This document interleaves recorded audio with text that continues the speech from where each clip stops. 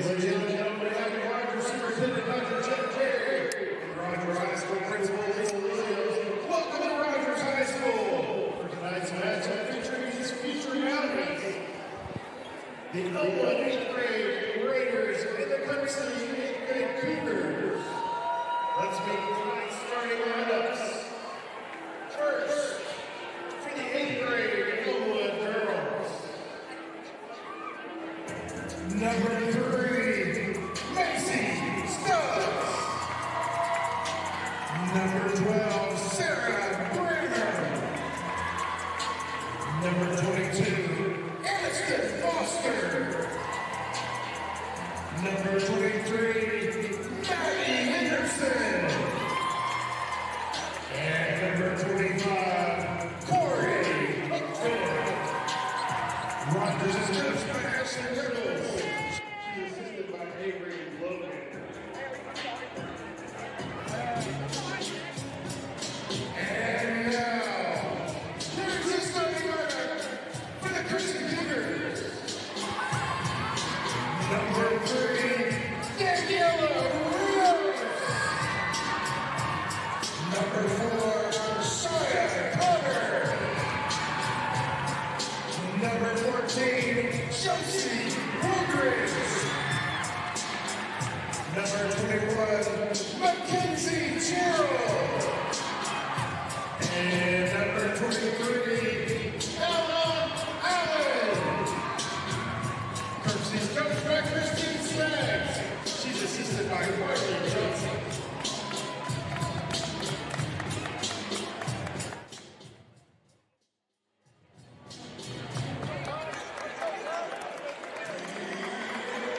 Hello, everybody, and welcome in. I'm Mason Humpner alongside Liam Lawson, and we have a spectacular showing tonight for future Mountie night.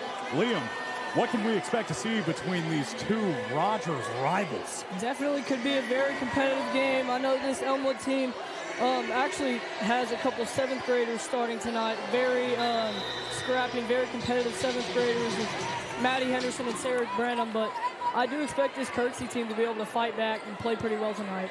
Maddie Henderson coming off of a shoulder injury, if I'm not mistaken. You are not. And the Kirksey Cougars are out and running with an early force of a turnover. Top of the key, dribbling inside. That's number 21, Mackenzie Gerald. Three-point shot is up by Chelsea Woodridge, but no good. And it's going to be Mountie possession.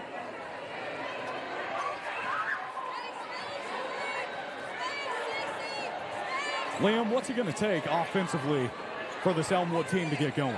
Elmwood's going to have to use their size compared to Kirksey, really be presence in the paint, get a lot of buckets right under the basket. That'll definitely be a big weapon for them. Also, they have a couple of shooters. Definitely, Kirksey's going to have to use a lot of interior and outside the key defense to keep Elmwood away from scoring. Connor driving in, trying to get to the bucket, gets fouled in the process. She'll head to the line with 2 shots. First team foul. At the line, shooting 2 for Kirksey, number 4. That's Shia Connor.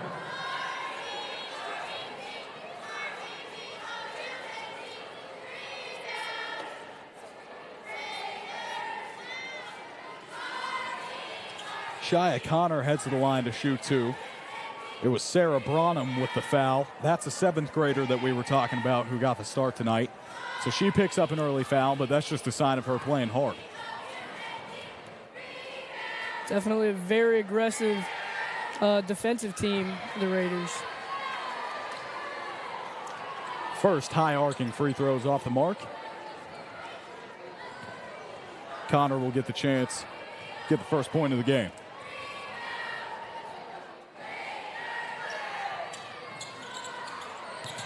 She goes 0 for 2 at the line. Raiders are able to haul in the rebound. That's Sarah Branham taking the ball up. Pass over to Hookfin, dribble drive inside. Foul on the floor is called.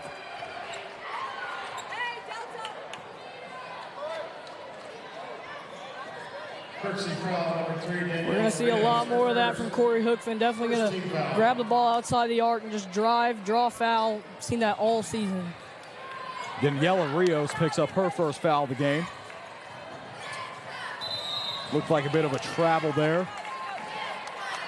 And yes, it was. It's going to be Cougar ball.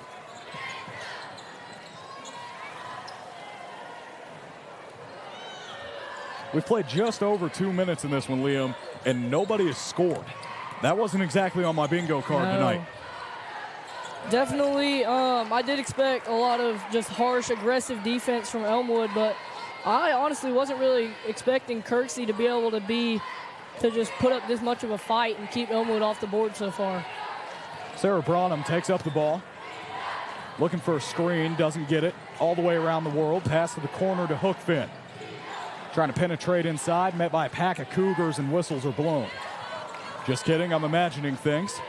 Bronham, I heard that too. There it is, yeah. Thank you, Liam, for backing me up here.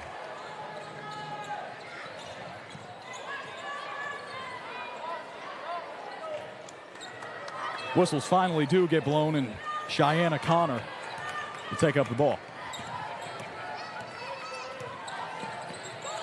Ball stolen away by number 3. That's Daniela Rios. Right-handed layup is good. Macy Stubbs.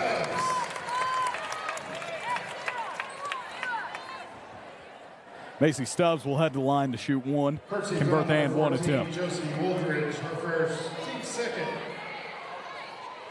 In for Kirksey, number 20, Stella Crater.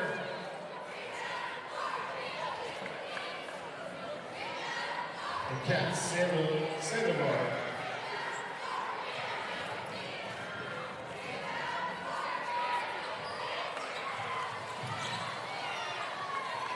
Oh.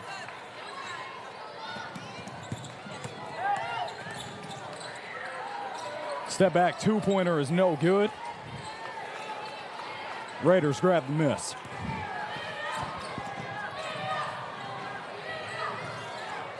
Hookfin, right side. Kat Saldivar on her. Back to Hookfin in the corner. Three-pointer's no good. Rebound by number 14. Once again, Josie Wooldridge. She's all over the floor for the Cougars. Trying to feed inside. It's getting poked away, and that's going to be out of bounds. Elmwood ball. I mean, Elmwood and Kirksey both just still great defense.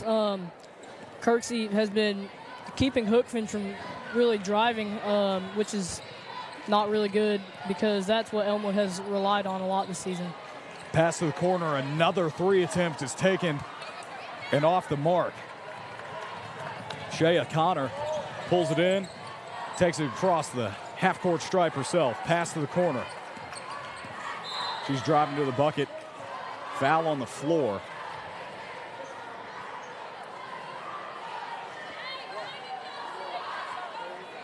Over foul number 12, Sarah Brennan wins her second.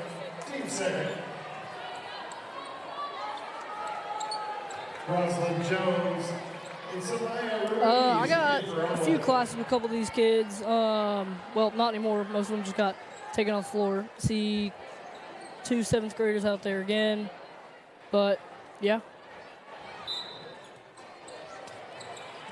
All righty.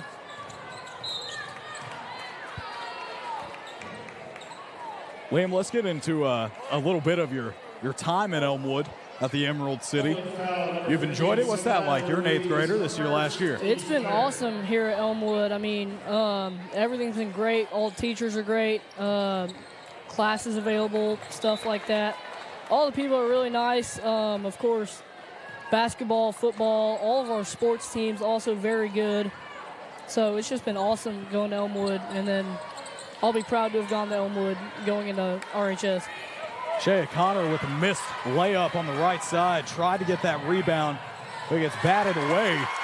It's number 14, Reese Nelson. She takes it coast to coast after getting that rebound. They're up 4-0. Kirksey yet to put up their first bucket. Back to Shia.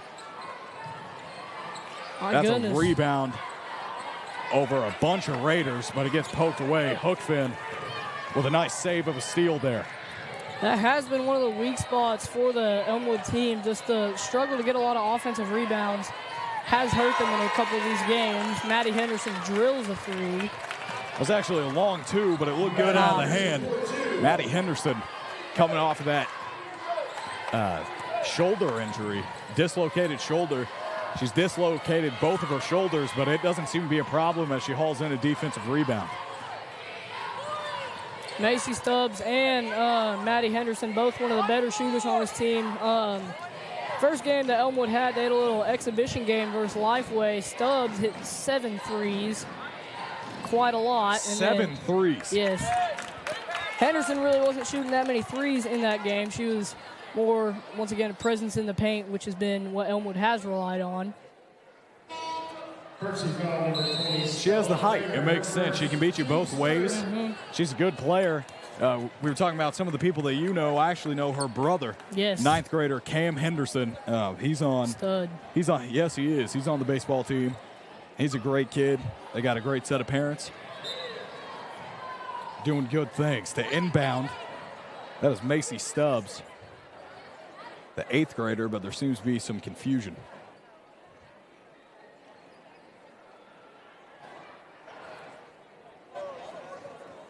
So Mackenzie Jarrell, she'll head to the bench. Stella Craner is going to check in for her. Coach Stagg seems confused. But nonetheless, we're playing ball. Here we go. Minute 42 in the first quarter. Nice pass. Beating Henderson on the inside. It was just like you were saying, Liam. There it is. Dual threat.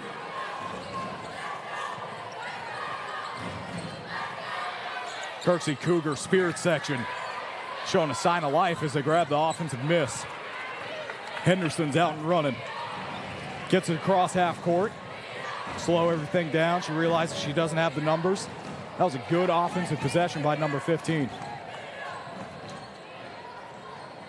That's another thing Elmwood has been able to do. They create good shots by just passing and passing and passing. They wait till somebody has an opening, they cut to the lane, make an easy layup. That's exactly what they did. Cougars try to feed the low post. You'd really like to see number 20, Stella Craner, kind of get inside a little bit closer with that layup. 50 seconds left. Elmwood shoots another three from the corner, doesn't go in. Nice rebound by number 15, Samaya Ruiz. Mackenzie Jarrell back into the game. Elmwood started off a little slow, but they've been figuring it out, finding the bottom of the basket, definitely finding their legs a little bit going into this game. See right there, that's Daniela Rios inbounding to Shia O'Connor. Cougars yet to get their first bucket. There goes Rios left side. And there it is. She grabs the first bucket for the Cougars as the first quarter comes to an end.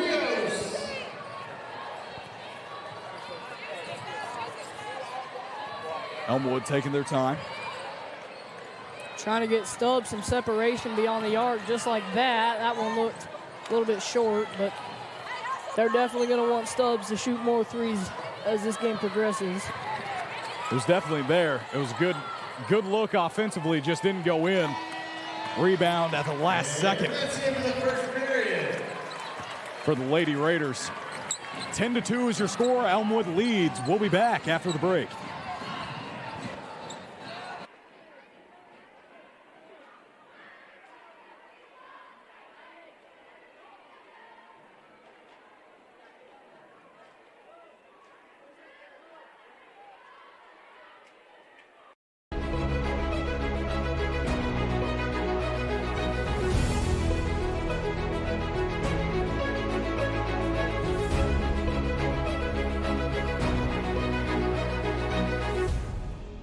The roof is a home's main defense against the elements, so services like upkeep, repairs, and upgrades are vital. David's Roofing is the only roofing contractor in Northwest Arkansas that has the prestigious Select Shingle Master rating from Certainty. With David's Roofing, your roof is in good hands.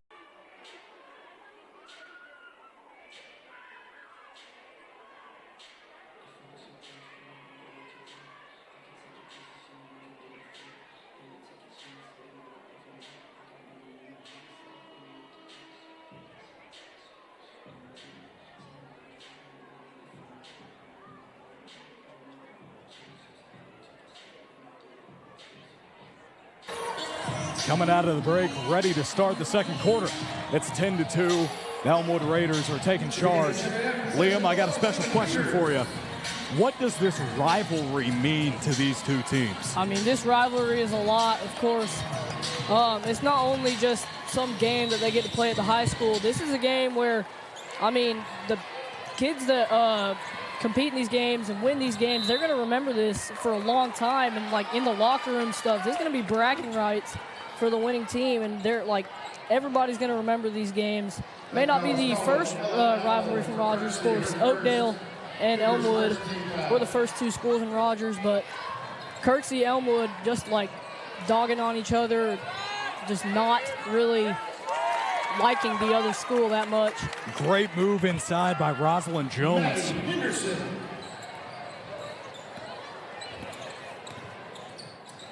Rosalind Jones, one of the 7th graders that gets to play up on the 8th grade team. She is easily one of the most aggressive players I see on this team. She has absolutely earned her right to play for the 8th grade team. Shia Connor with the second chance points for the Cougars. That's what it's going to take. We're having a little bit of a scoreboard mishap right now, but it is 12-4 for you viewers at home. Charge is called. It's going to be Cougar ball. They're picking up some momentum. They are. They're getting right back into this game. Kirksey just needed a quarter to get their legs under them. Now they're starting to get it moving. Definitely looking to come back on Elmwood. Nice block there by Henderson. Henderson using her size.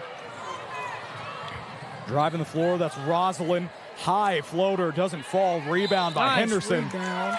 She goes up and hits the deck. She'll head to the line to shoot two. You were talking about her early. That presence inside, we just saw it right there, coast to coast, on both sides of the floor. She uses her size to her advantage. I'm sure Coach Riggles is glad that she's going to be back for another year, because I bet that she'll be even bigger and better next year. And makes the free throw. What can she not do? You tell me.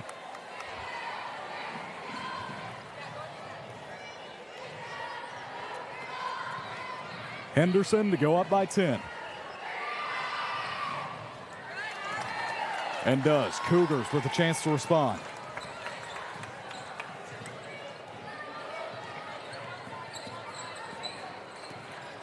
Connor sticking a move on Rosalind.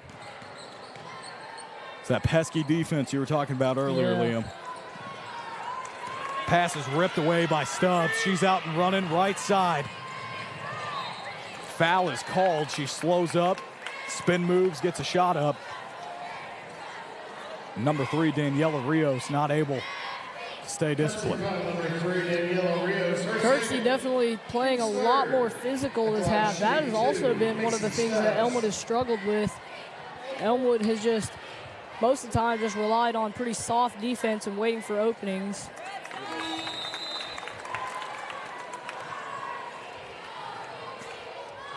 Daniela Rios checks out. Kat Saldivar will check in. Stubbs with her second attempt at the line.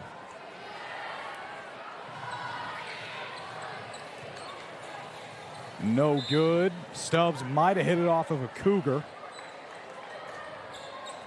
It did not go off of Gerald. It's going to be their ball.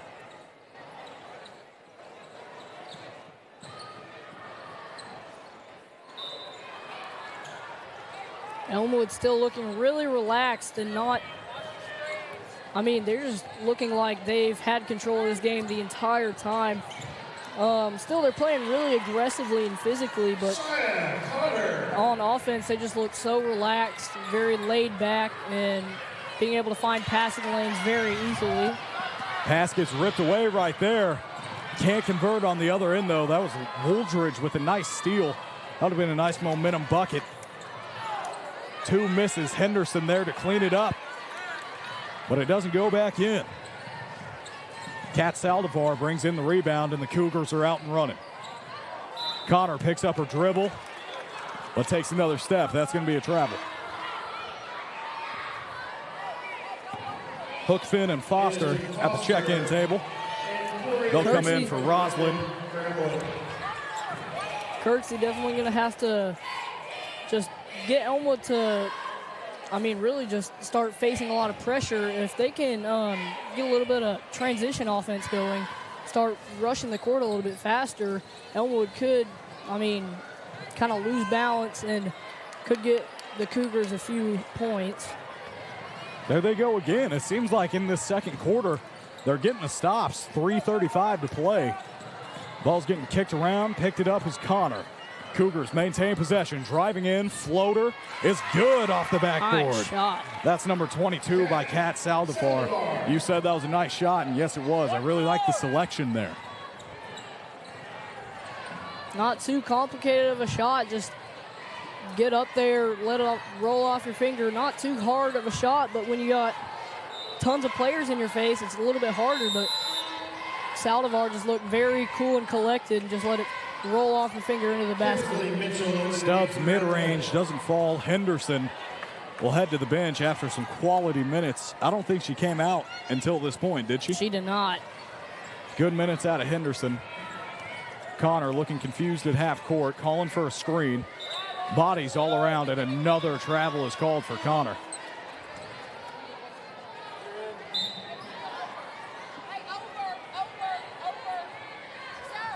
Still a Crater back into the game for the Cougars.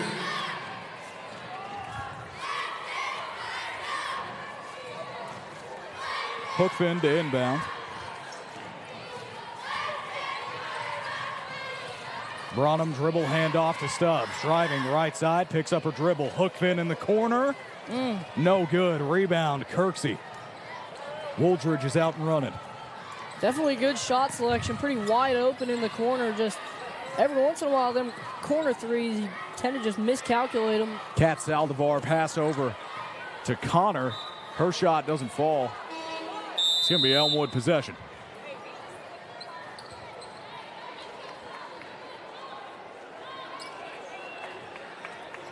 Rosalind Jones and Samaya Ruiz back into the game. Samaya and Roslyn check back in. Roslyn taking the ball up. Look for a screen. Pass to the corner. That's a good look. Kirksey playing a softer zone defense. That is exactly what Elmwood wants to see. Elmwood just wants open looks from three, especially.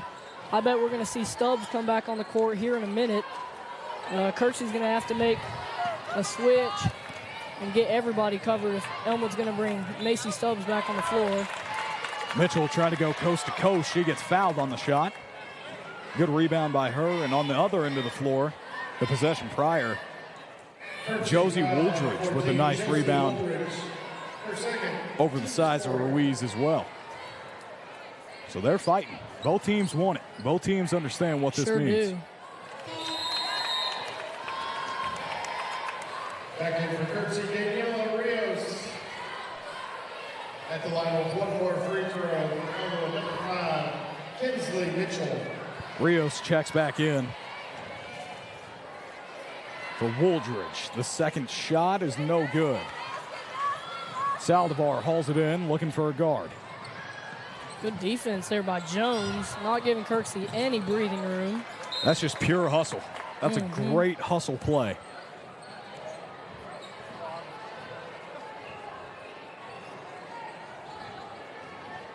Both of these teams giving all they got. Don't see anybody just kind of walking around. Everybody's giving 101%. Pass intended for Connor. She looks a little rattled.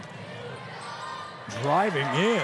Very nice. Layup. Kinsley Mitchell able to make the most out of the Cougar turnover. She takes it down for Elmwood. Puts up 2. That's her third point of the night. Connor with the ball, driving right side, using the glass. Good look. Shia Connor. Not going down without a fight. They've stayed in this. Kirksey has stayed in this 9 to 8 point threshold. If they could just break it, really have a chance. Minute 15 left. Fighting for a rebound, diving bodies. This is exactly what these coaches at Rogers are looking to see as these guys are coming here next year. Possession goes to the Raiders. Henderson and Stubbs check back in Back in for Elmwood. for Foster and Hookfin.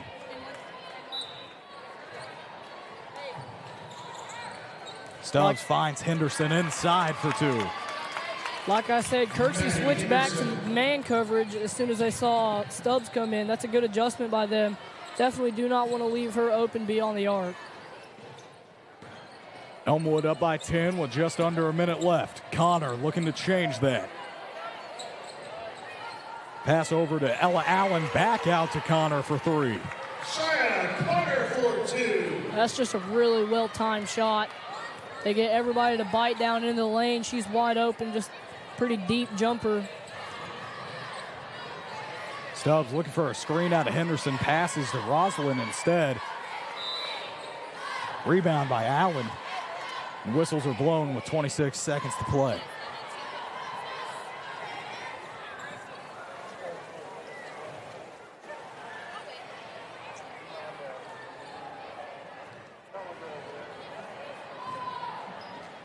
Daniela Rios was looking for somebody to inbound to.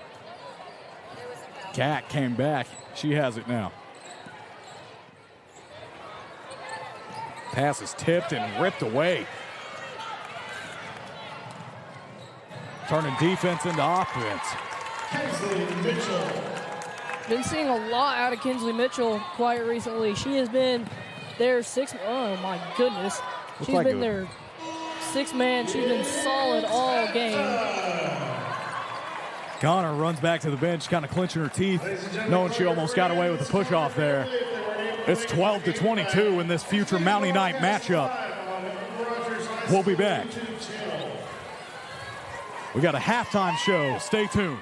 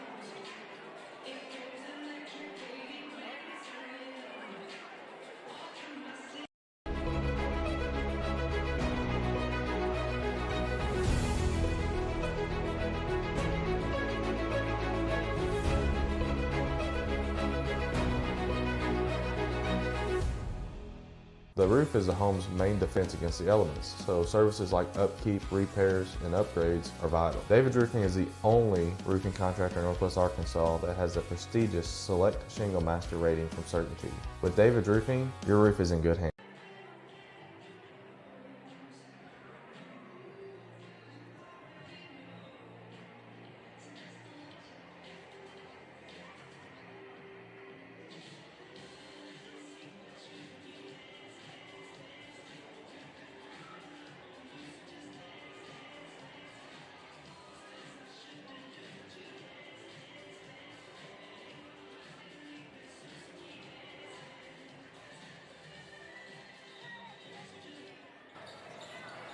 Coming back for the second half, Elmwood is up 22-12. Liam, what do the Cougars need to do to get back into this one? I mean, Kirksey's got to get back on offense really quickly. I think what I've seen them doing, they've been trying to hustle up the court quickly, but, like, if you can see what Elmwood's doing, Elmwood is running the ball up the court. As soon as they see someone's hand flying in the air, they're throwing it right to them, like just what we saw there. But unfortunately, Henderson did miss the bucket, but that is – Kirksey's got to learn from that and maybe get a little bit of a stronger transition defense as well. Henderson was off the mark. Foster hauled it back in, tried to go up and got fouled in the process. She'll have the line to shoot too.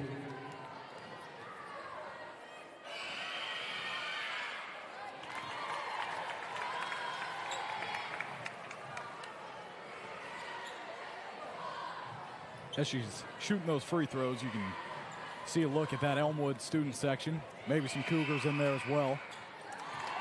What's that like? Dude, it is so loud. I mean, you come to some of our games at home, it'll be just a stack. There's no room in the bleachers anymore. It is very loud, especially a lot louder in some of our big games this year. Ramey, Woodland, it was awesome. Both of these teams have plenty of school spirit. Connor ends up on the floor. Ball ends up going to Elmwood. Stubbs calling for a screen off the dribble handoff. Open lane. That was a good play drawn up. Looks like a jump ball situation. Stubbs comes out of there firing. Possession goes back to the Cougars. Cougars with a chance to get this thing back into single digits. I think that's Elmwood's counter to Kirksey going back into man. Of course, Kirksey's been mostly relying on zone coverage, but with Stubbs in, they got to go to man. But Elmwood is just finding the little loopholes in Kirksey's defense and being able to find ways to score that they haven't really scored on that much this season. Connor got to the cup with ease, missed the layup, and Daniela Rios able to haul it in. Nice pass inside to Henderson. Made its way past three Cougar defenders. Pass to the corner, nobody home. It's going to be Cougar ball. I think Foster thought Henderson would be further into that corner. Henderson started cutting right as Foster swung and hooked that pass way over there. Connor with hook fin on her. Hook fin learning from the mistake, not letting her drive right again.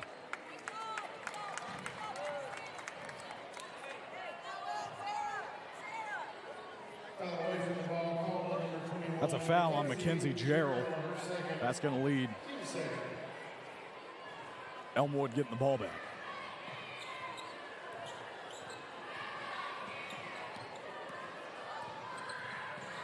Driving left side, puts the shot up. It's number 12, Sarah Branham.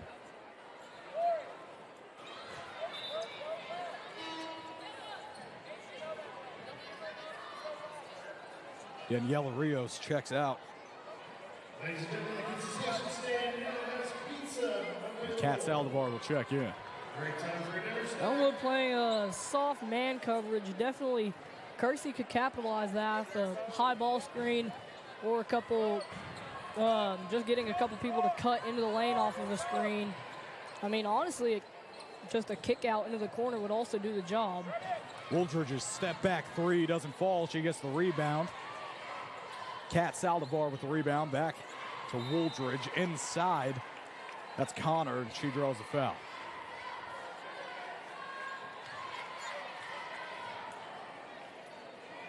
Elmwood foul number 23, Maddie Henderson. Her second, team's first. At the line, shooting 2, Shia Connor.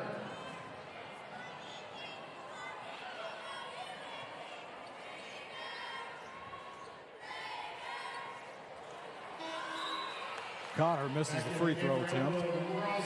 She'll get her chance to make another one. Rosalind Jones checks in for the Raiders.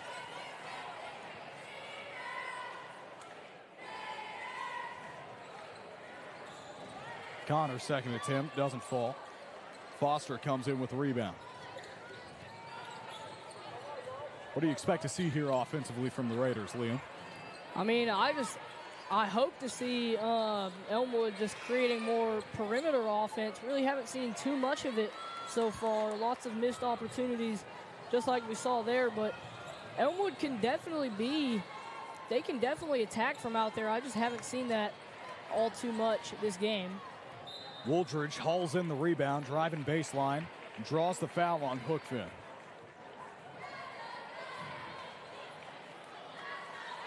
Elmwood foul number 25.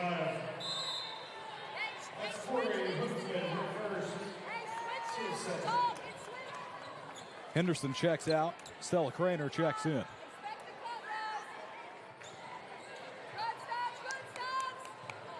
Foster gets it in to Lily Wooldridge. She goes up with the shot on the baseline.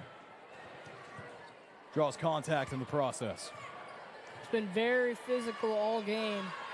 Neither team is letting up at all. Elmwood foul number 13, Rosalind Jones, her first. Team's third.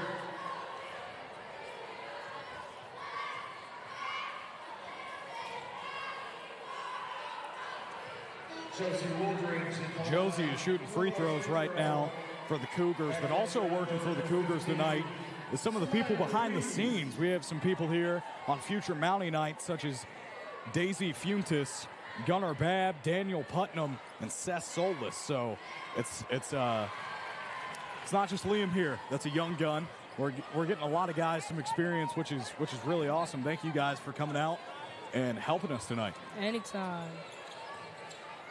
Liam being the only one from Elmwood, you got to wear that with a little bit of pride, I imagine. Sure do. Rosalind driving in, lost the nice handle. Shot.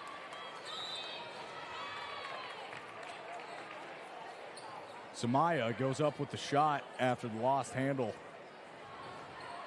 by Rosalind.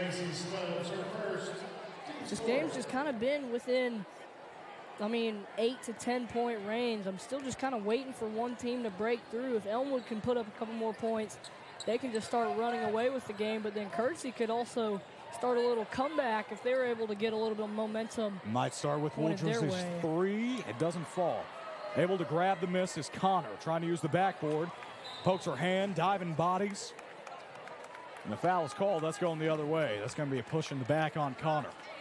Kersey can start capitalizing on all the offensive rebounds they've been able to get. They can definitely get the momentum shifted their way, get a little comeback started. We were talking about 2 7th graders starting for this Raider team, but Rosalind Jones is a 7th grader as well. She didn't start tonight, but she gets plenty of playing time. She sure does. Even though she isn't that big or not really, kind of on the smaller side, she's one of the enforcers on this team. She's going to give all of her effort anytime. Often she has to get subbed out because she's just so tired because she's worn herself out from just giving it all. Giving everything she's got. Wooldridge for 3 off the backboard from the wing. And that cuts the lead down to 6. They get a stop here, another bucket. This is a whole new ball game. Wooldridge trying to do just that on both ends of the floor. She gets a hand on it, pass to the corner. That's going to be a turnover. Cougars are out and running. This might be the momentum I was just talking about. Kersey could definitely flip the switch of this game and maybe mount a comeback win. Kat Saldivar and Connor bring up the ball. Connor trying to stick a move. Pass broken up by Stubbs. She's going left side layup, and it falls in. With the steal of the basket. if I'm the Kirksey coach, I mean, I got to call a timeout soon. I'm seeing a wide open lane when they have the ball at the top of the key. I'm definitely going to make sure some of the players are going to, I don't know, stand at the left block and just kind of box out, get into the lane, maybe get a shot, get fouled. Kirksey has done a really good job getting to the line tonight. And with that comes fouls on the other side for Elmwood. Maddie Henderson picks up her third. I imagine she's going to come out of the game here as Foster checks in, and that's exactly what will happen. Roslyn and Henderson check out. That is not what Coach Riggles wants to see. I mean, Maddie Henderson just coming back, but still playing like she's been all season. Already got 3 fouls with a couple minutes left here in the third quarter. Connor's free throw falls in, and the lead's back to 6 for the Raiders. Connor now into double-digit scoring with that free throw. Stubbs driving right side on Wooldridge. Connor with a nice defensive effort, getting hands on it. No ball position stays with Elmwood. Seeing a lot more fight from the ball from Kirksey. Definitely just, I mean, they've been aggressive all game, but now they're not only aggressive on offense, but they're going for the ball on defense. They're not just preventing Elmwood from scoring, they're trying to take it away from Elmwood as well. Kinsey checks in, trying to get some more guards in. Wharton heads to the bench. Pass in, Kinsey. Ooh. Her shot doesn't fall. Rebound by Connor. She's out and running, weaving through traffic. Right side layup is good. Post, my goodness. Shia Connor cutting the lead to 4. Stubbs and company looking to respond. Kinsley driving right side, long floater is in. No shot as whistles are blown. No basket. Foul on number 22 for Kirksey. That's Kat Saldafar.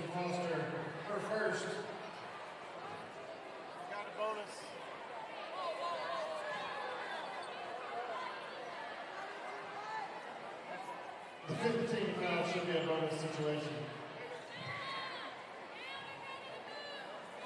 We're having a miscommunication. If it's bonus, if it's not, refs will get together and talk. In the meantime, Liam, how do you feel about this game right now? Crosstown rivalry. It's within 4 points. The Cougars clawing their way back. What do you think? I mean, at first, I just thought Elmwood was just going to kind of maintain that lead that they had all game, start running away with it, but then Kirksey has just been fighting their way back, and they've made this a really competitive game again. Elmwood definitely trying to look to flip the script and try and get the score to go a little bit further their way. Nothing ignites a fire within two teams like a crosstown rivalry, especially at this level.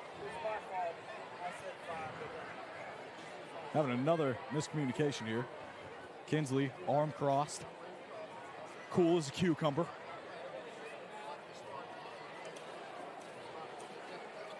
Talking to the girls in the backcourt. I think they were confused if it was Foster or Saldivar that got the foul. Because if it was Foster, Kirksey would be shooting free throws. But if it was Saldivar, It's a great time to remind you we have pizza in the concession stand. So there were 4 team fouls. Everything's all good. They're inbounding the ball now to Hookfin. Driving right side, Connor on her. Ball gets poked out. now they will shoot free throws. Now we're talking. Hookfin heads to the line to increase this lead. Just under a minute to go in this third quarter. That's her second. Team Smith at the line shooting 2, number 25. Corey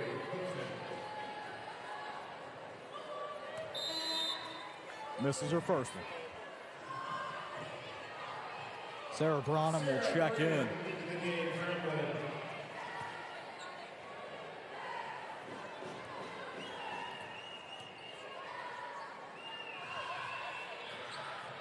Hookfin makes her second. Corey Cat Hookfin, grabs it quick. Corey Hookfin's twin brother was on the basketball team for the boys last year, Kason Hookfin, but he did decide to stop playing, was committed to football and baseball. No more basketball for Kason.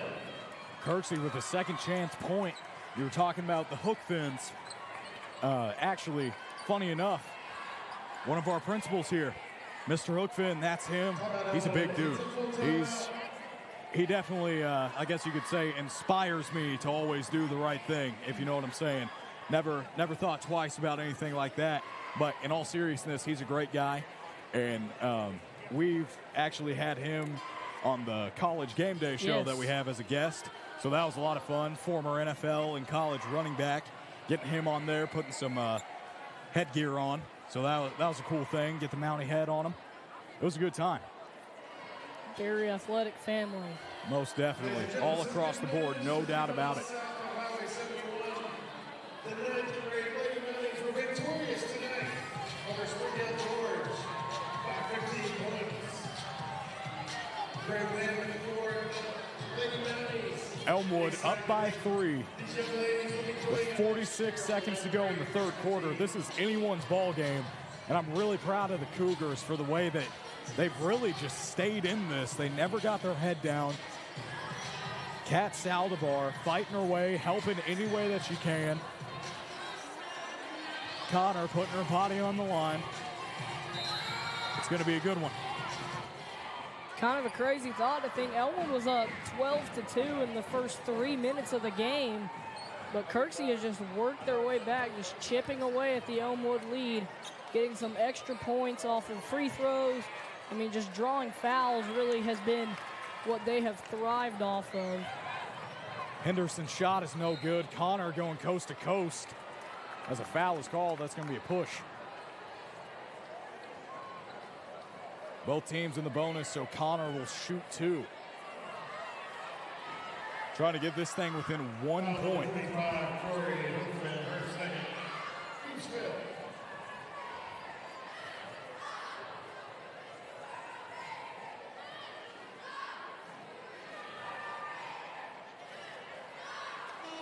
Elmwood's still racking up the fouls. I mean, you would hope that the Raiders are able to, I mean, they still can play very aggressive and physical. They just need to kind of put their foot on the brake a little bit. Keep their hands up in the paint instead of going and whacking down for the ball. Connor with the step into the shot routine. Misses both. Raiders still up by 3. Roslyn might have gotten away with a double dribble there. She sure did. I think we both saw and that one. there's the Macy Stubbs that we've seen all season. Her three-point shot is good. Connor passed to the corner. Looked like it was going to get broken up. Doesn't. Wooldridge with the miss. 0.5 seconds left. What do you draw up here? Hail Mary. Hail Mary. Sounds good to me. Nope. They're going to dribble it out.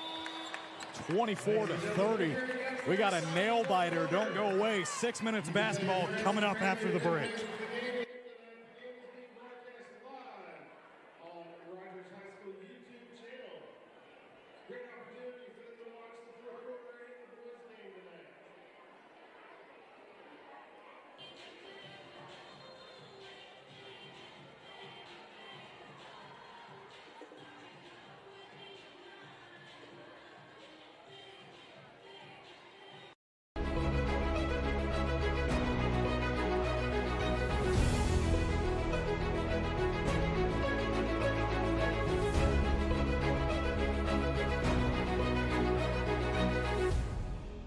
The roof is the home's main defense against the elements, so services like upkeep, repairs, and upgrades are vital. David's Roofing is the only roofing contractor in Northwest Arkansas that has the prestigious Select Shingle Master rating from Certainty.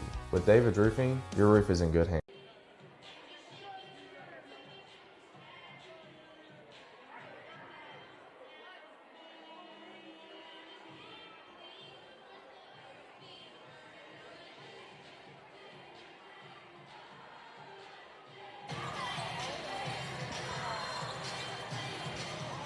We're getting revved up for the fourth quarter here. Final 6 minutes of basketball.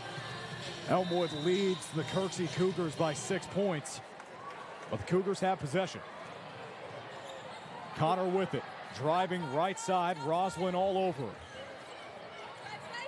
Wooldridge for three. It's oh good. Oh, my goodness. Wooldridge from downtown to start this thing off right. That's her 7th point of the game. Kirksey has not led at all this game, but I would not be surprised if they're able to, turn the tables and get a lead on the Raiders. Foul is called on the Cougars. That was Kat Saldivar who hauled it in. That's her 2nd. Number 22, Kat Saldivar, her 2nd. Pass inside, hook pin, knocked away. Jones was wide open in the corner, and that's who Brandon was throwing it to, but nice job by Saldivar knocking it away. Wide open. Good, quick hands by Saldivar, like we've seen all night.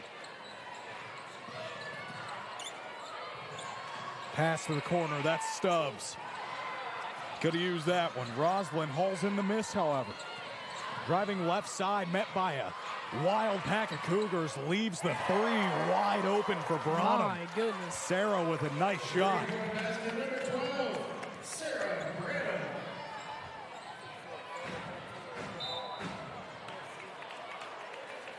Nice little pump fake there by Wooldridge. She draws the foul on Branham. Number 12, Sarah Brandon, that's her 3rd. Team's first. Fourth period.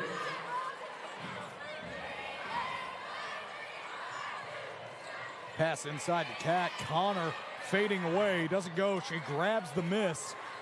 I like that shot. Most coaches are going to think, man, you're covered in the corner. I wouldn't just pull up and shoot that, but I liked it. Just grabbed the ball, went straight up. Not too bad of a shot, just off the mark. A lot of second chance opportunities for the Cougars. A lot of colliding bodies down low. Whistles are heard. Foul on the play. Raiders giving up multiple offensive rebounds there. Kirksey with a nice job hauling those in. Kat letting the play develop. Ooh. Farthest pass away she could. Josie putting a nice move. That could have been really bad for the Cougars. Branham jumped up, nearly high pointed that ball just off the tips of her fingers, but Connor was able to grab it back.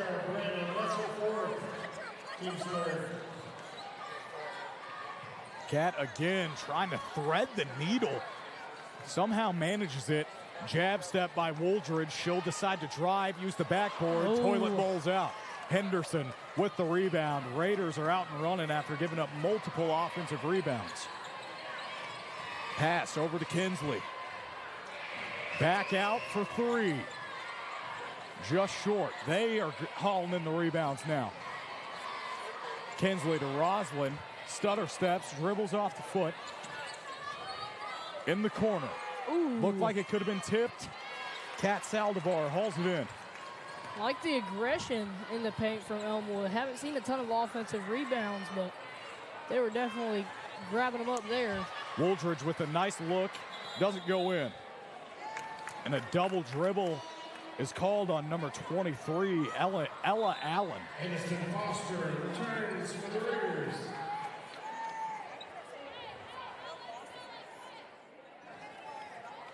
Foster checks in. Mitchell checks out. She'll talk to Riggles.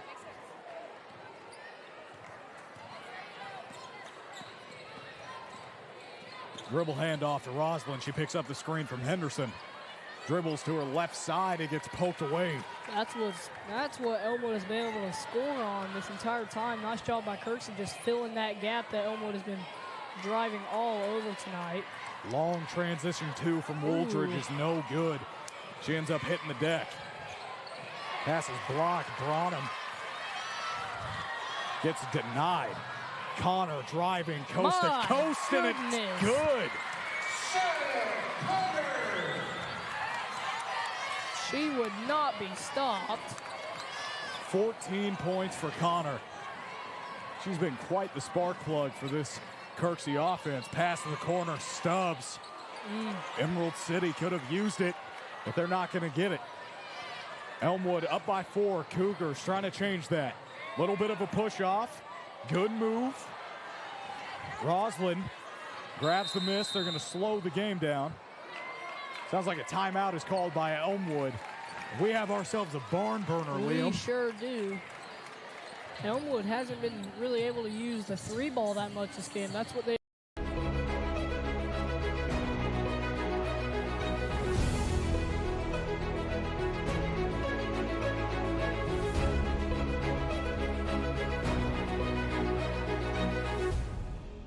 The roof is a home's main defense against the elements, so services like upkeep, repairs, and upgrades are vital. David's Roofing is the only roofing contractor in Northwest Arkansas that has the prestigious Select Shingle Master rating from Certainty.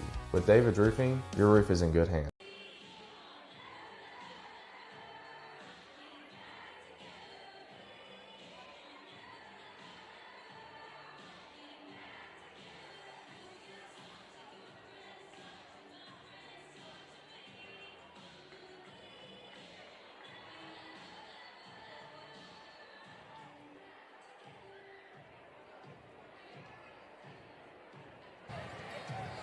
Coming out of the timeout, it's going to be Elmwood possession.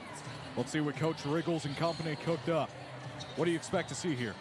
I mean, I kind of hope to see Elmwood just kind of go with a little backdoor baseline drive. They're going to bait all the Kirksey players to, I mean, it looks like because they are back in man, they're going to try and get Hookfin to just sneak under everybody and get an easy little layup. 2:40 to play. Playing aggressive. Oh, man. Kat Saldivar with a nice play, just a little too much contact. You got to love the effort. That's her third foul. I don't know about that one. Kirksey with 3 to give. Elmwood with 2. That seemed like a little bit of a soft call, but I'd have to agree with you, Liam. Wooldridge trying to get in there, wreak some havoc. Down low, foul is called. She's going to head to the line. They're going to say that was a shooting foul. Fouls on Stella Craner.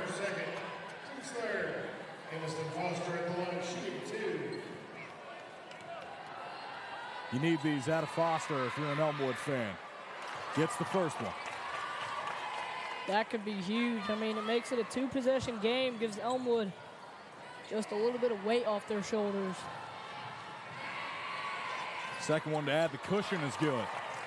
2:29 left to play. Cat checks it in. Connor trying to stick a move on Roslyn. Wooldridge thought about shooting the three, doesn't. Hook fins on her. That's a lengthy guard.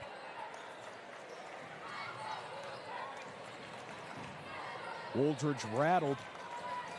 Good bounce pass to Cat. Gets ripped away by Foster. Hookfin's out and running. You hear the Wolf call. Doesn't have the numbers. Pass is blocked and then received by Connor. Wooldridge on the other end of the floor. Can't make the layup. My goodness. But Ella Allen is there for some cleanup help. It's a 4-point game. That's her fourth.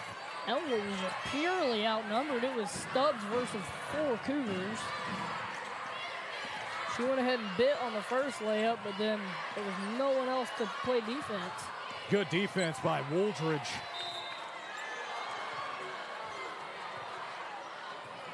Foul is called. Courtesy foul call on Kat Saldivar, her fourth. Team scoring. Daniela Ross checks in for Kat Saldivar as she gets into foul trouble. Minute 31 left to play.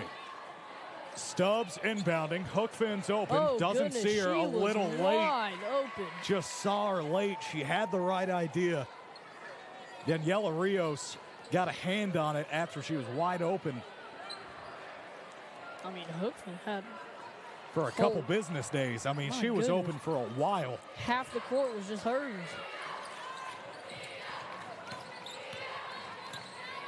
Roslyn with Connor on her. Good bounce Nice pass pass. inside to Foster. They're going to get tangled up down low. Great effort by Rios. Hitting the deck, getting a couple hands on it. The ball possession stays with Elmwood. Henderson and Mitchell check in for the Raiders. Sarah Branham and Maddie Henderson. Brown, Elmwood's- not Mitchell. My apologies. Elmwood's going to need all 1 minute and 22 seconds they can get out of Henderson Just tell her to keep her hands up, and whatever she does, do not foul. Henderson definitely one of the keys to this team. Courtesy foul charge to number 20, Stella Craner, her third. Stella Craner picks up her third foul on that play. Just something to watch for the Cougars. Foster's first attempt is no good. Great teammate by Henderson.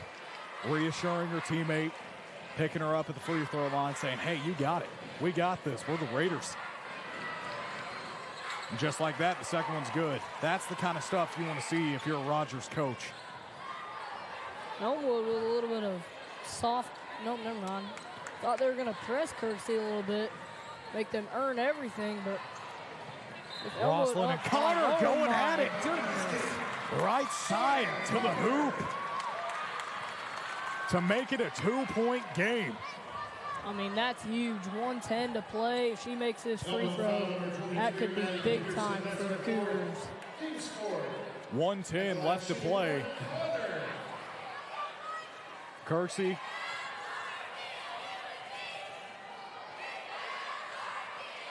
One possession game. High arcing free throws good. It's a 2-point game with 1:10 left. If this doesn't sell tickets, I don't know what does, Liam. Goodness. Roslyn taking it the whole way. Right-handed layup misses. Wooldridge cannot believe the call. She'll head to the line to shoot two. Elmwood's got to be very selective with their shots. They can't afford to miss anything and give Kirksey the ball back. It's a good chance for Jones, maybe to get Elmwood ahead by a little bit more. Stella Craner, she'll head to the bench as she picks up her fourth foul. Mackenzie Gerald checks in. Coach Staggs was telling her before she checked in, hey, I need you to battle. I need you to be fierce. She does with that box out, but no need. The free throw is good. Under a minute to play. Elmwood up by 3. Pass out to Wooldridge. Bobbles the catch. She's been good for 3. Oh, no. Fouled at. She'll head to the line to shoot 2. Oh, she didn't quite get beyond the arc. She'll head the line. That could have been bad news for the Raiders had she been beyond the arc and shot that. You want to talk about some bad news for the Raiders? Sarah Branham picks up her 5th foul. She'll foul out of this one. 51 seconds left. Wooldridge in Mountie Arena. Makes the first. Cuts the lead to 2 with 1 shot left.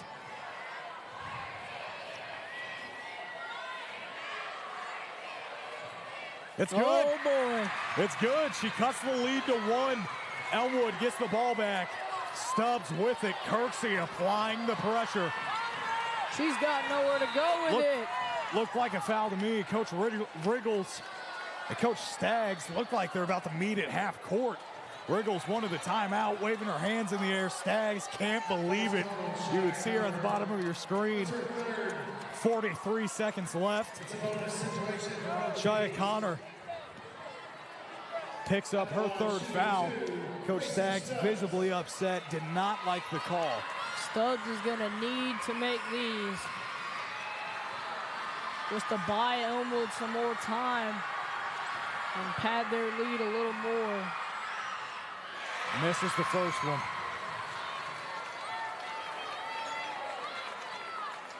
Stubbs with a second chance effort. That Kirksey student section roaring proud. Misses both of them.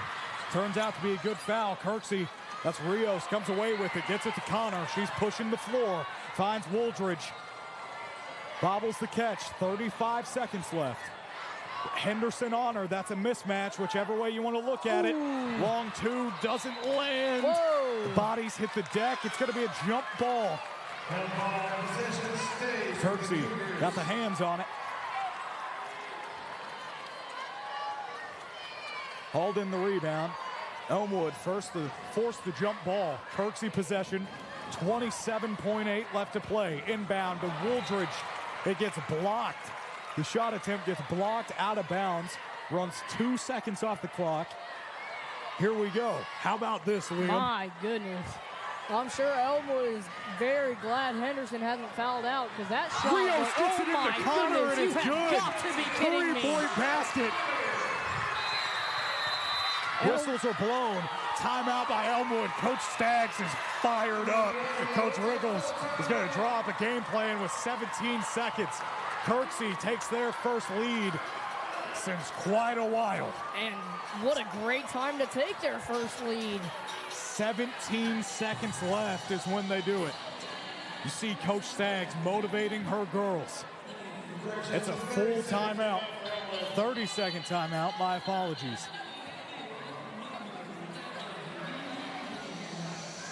Here we go. That's a look at the student section.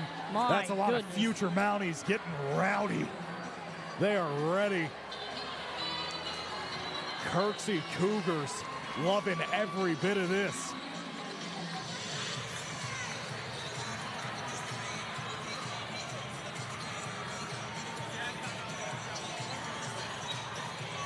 Elmwood still does have plenty of time. Kirksey student section.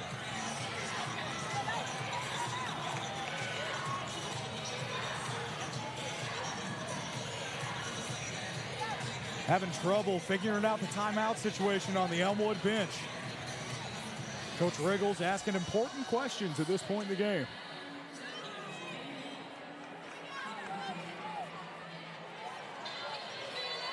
Ref coming over, explaining the situation.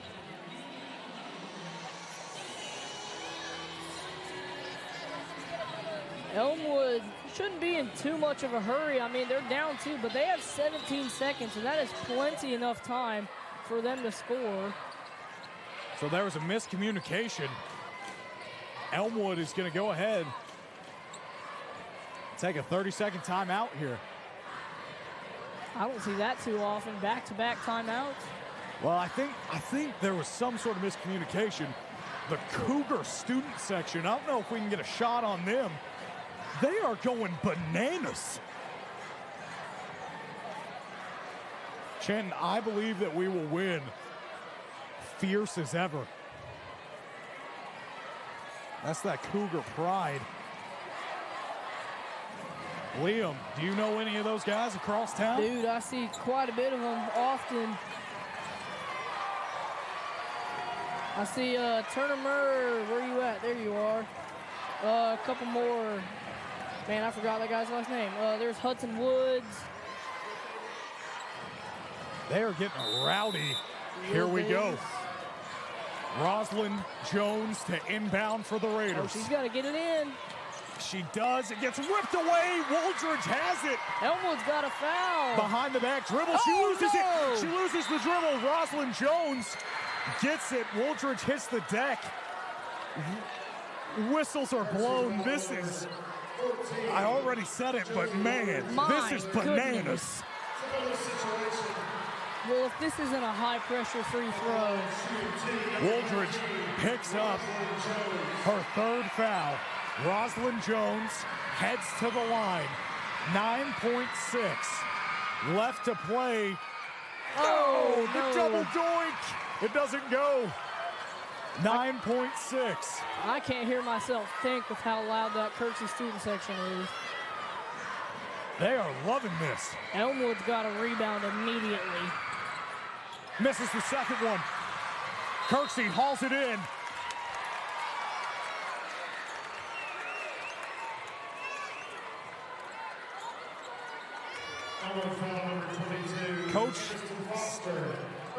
Coach Staggs went up to Ella Allen as she was walking to the check-in table and said, I need you to fight. I need you to be fierce. And that's exactly what she did with that rebound. Let's see if she has any fierceness left with these free throws. Make it a 2-possession game with 7.8 to play. I think if she makes these 2, that could seal Elmwood's fate. Misses the first. Teammates quick to pick her up.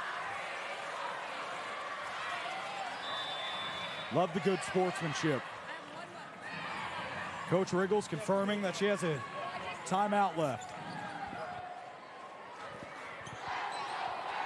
She'll talk to her girls.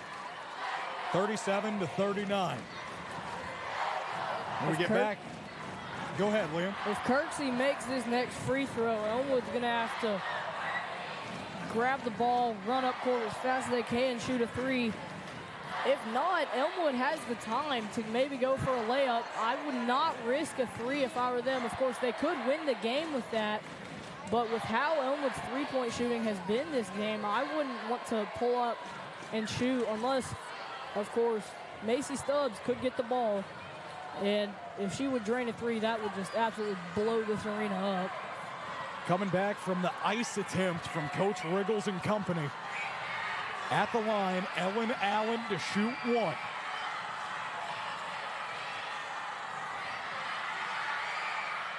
It's good. Oh, no. Kirksey goes up by 3. 6 seconds. Timeout is called by Coach Riggles. Scrambling for the whiteboards. Talking to the girls. Henderson clenching her jersey. The other side, Coach Staggs telling them to keep composure, play defense, don't foul. Both teams in the double bonus if it comes down to it. There's Coach Staggs and company.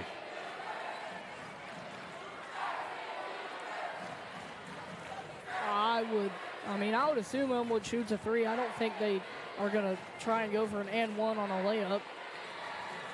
Because I'm sure that all that Coach Staggs is telling them is either foul if they're inside the arc and just keep your hands up if they're outside. Elmwood has the ball. Samaya Ruiz, the 8th grade veteran. Rios trying to cause commotion. Three-pointer by Stubbs is good. Goodness. It's good. You have got it's to be good. kidding me. Stubbs' three is good. This place is going wild. Have got to be kidding me. It's all tied up. The Elmwood coaching staff was trying to say that she got fouled on the shot. We're going to overtime, Liam. What is happening? Future Mountie night. You couldn't have drawn it up any better. 40-40.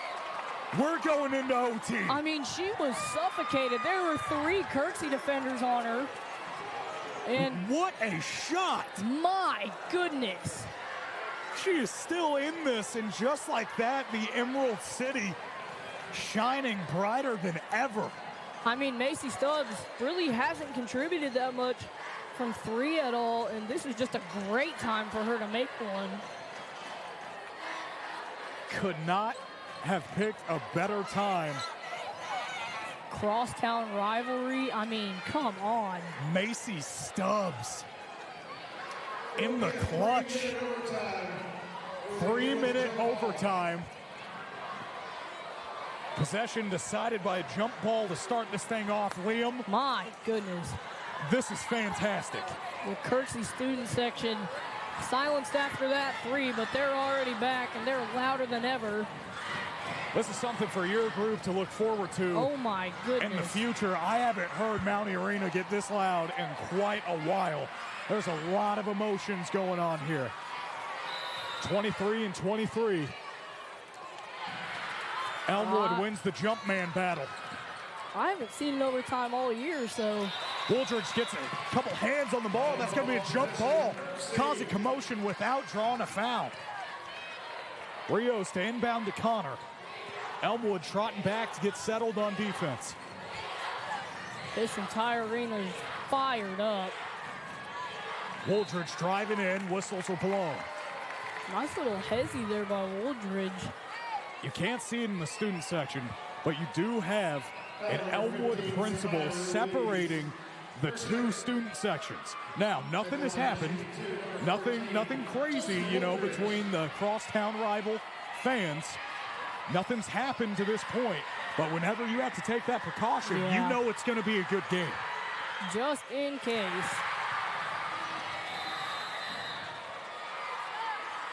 There's the student section. If you go over to the right a little more, you'll be able to see Coach Cochran. There he is. separating the two sides. Wooldridge with her second attempt. It's no good. Tie ball game. Hookfin hauls it in. Trying to stick a move on Rios. Driving inside in between traffic. Misses the layup. Wooldridge hauls it in. That was a nice move. Just Rios and company slowing it down a little. That is a loud Elmwood student section. Pass gets tipped away. Saved by Allen. Foul's called on Elmwood, number 3, Mason Stubbs, her second. Stubbs picks up her second foul. That'll send Connor to the line. Shot, Connor.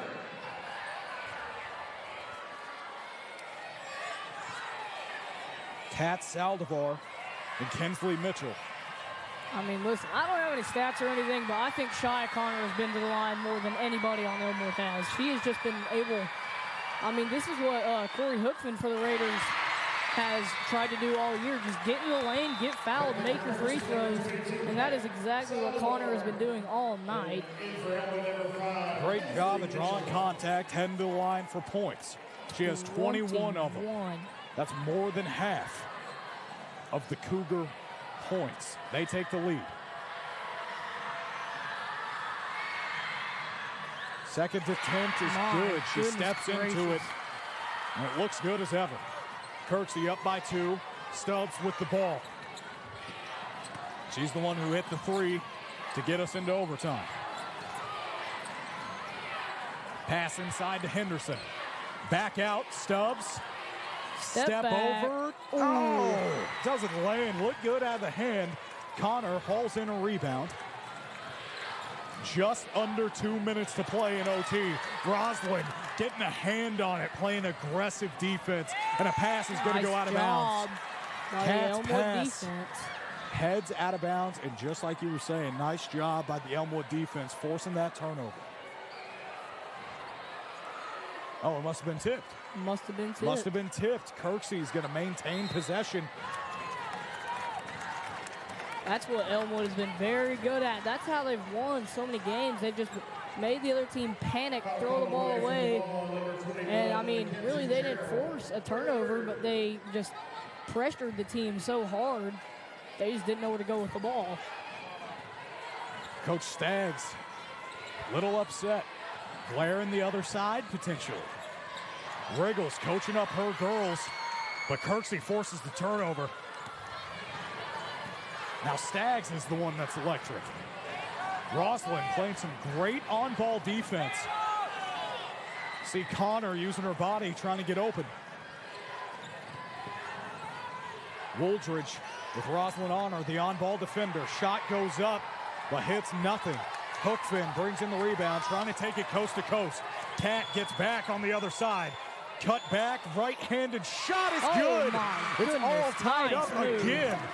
It's all tied up again here in overtime. Connor gets it across half court with a minute to go. I already know if the women's coach Sanchez is here at this game, he's going to have a hard decision at tryouts this coming fall. This might be the most taken that we've seen in Mountie history to a freshman team. There are a lot of good players on this floor.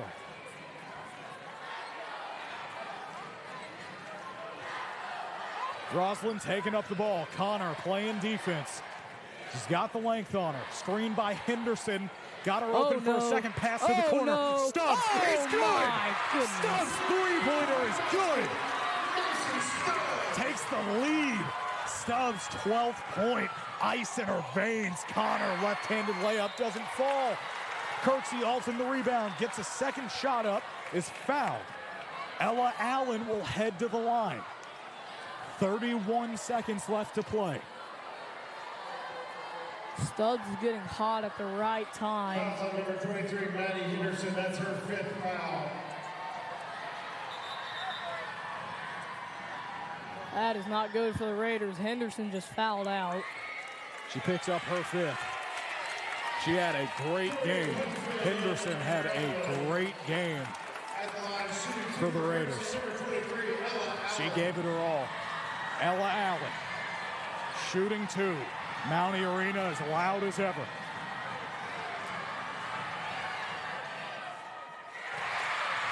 She misses it. Misses the first one. Foster checks in. For Elmwood. Ruiz heads to the bench. My this should have been the last game of the night. This is what we should have left on. This should have been the closer. Talk about prime time. My goodness. Second one's good.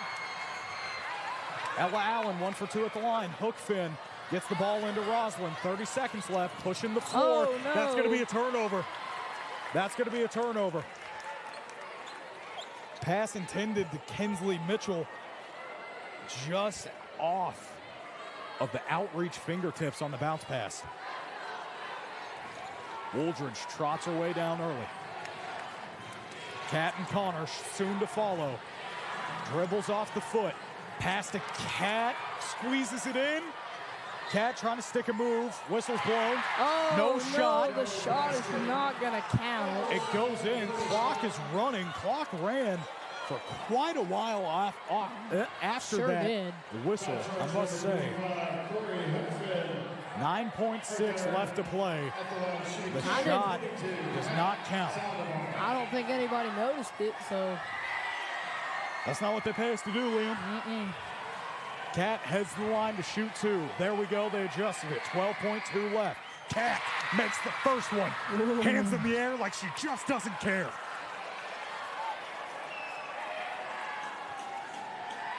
One more shot. That's a nice pink suit. Must say. Jackson Fox.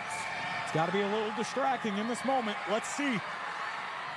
It's not. It wasn't. Nothing phases her. It's all tied up. 12 Nothing seconds doing. left. Rosalind James cross half court with 10 seconds.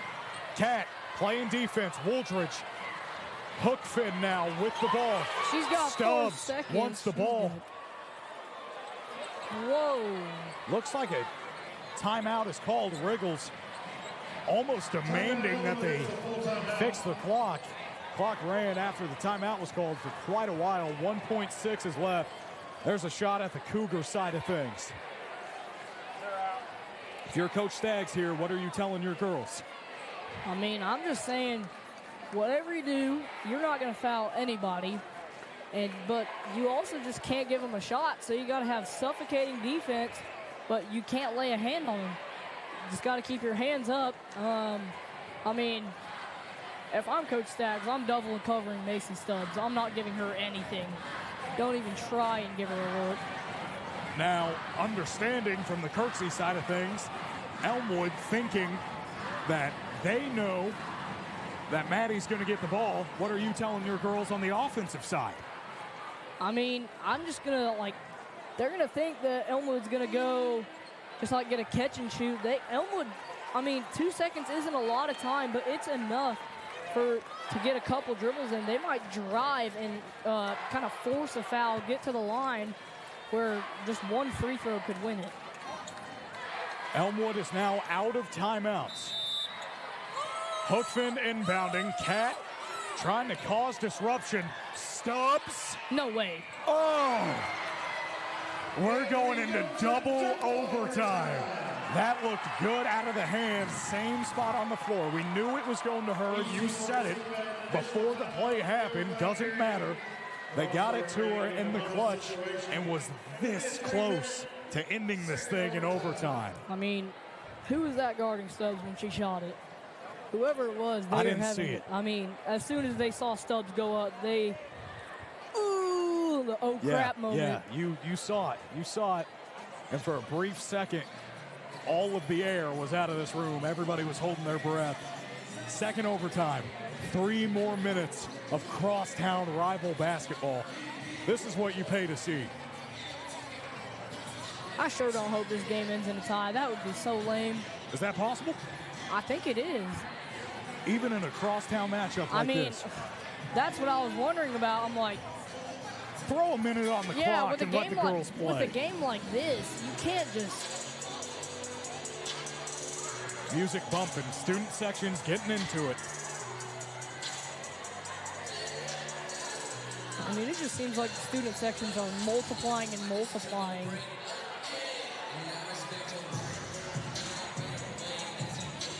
With Henderson out of the game, Foster is going to jump for it for the Raiders. Ella Allen going up against Foster. Ella Allen comes down with it. Wooldridge over to Connor. And away we go. Second overtime. 3 minutes to play. Connor penetrating inside. Nice shot, but it doesn't really fall. Good look. Great positioning on the floor. Stubbs taking it up herself. Pass over to Roslyn.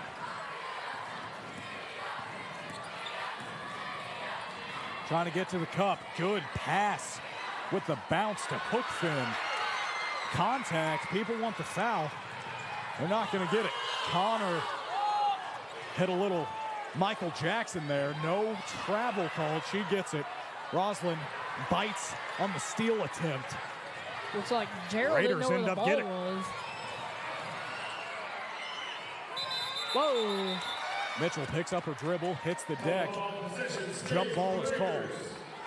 I just glanced over at Mr. Cochran between the two student sections, and now they've added someone else. Coach Jeff Smith. Talk about multiplying. Talk about multiplying. More numbers. Nice cut. Inside is Kinsley Mitchell. They'll take the lead. That's something Elmwood has been working on quite a bit. Elmwood's been working on not just, I mean, of course, just having someone at the high post getting some easy layups or just shooting threes. They've also been working on inbound cuts, just finding someone wide open in the lane with too much room to shoot. Hookfin inbounding. Elmwood student section saying we can't hear the Cougars as they're up by 2 in double overtime. Mitchell finds Wooldridge, but the foul is called. The foul is called on Wooldridge, and I believe we're getting close. We're getting close. That's her fourth. This could be really big for the Raiders. Mitchell doesn't even have to make both of them to, I mean, just kind of take Kirksey's foot off the pedal. One free throw. There it is. It's all that she's going to need, because now Kirksey's going to either be forced to shoot a three or just kind of just keep on driving. To make it a two-possession game. Can't do it. But they don't get the rebound. Oh, no. If Elmwood can capitalize off this, that would be huge. Classic same team rebounding mishap. Stubbs, inbound, stolen away. 1-on-2. Connor left hand, left side. How about Ella Allen giving it her all? Jump ball is called. She looks a little distraught. Absolutely exhausted. A hard-fought battle. Ella Allen giving it her all in double overtime. Cat inbounding. Connor cutting inside. Cut it within one.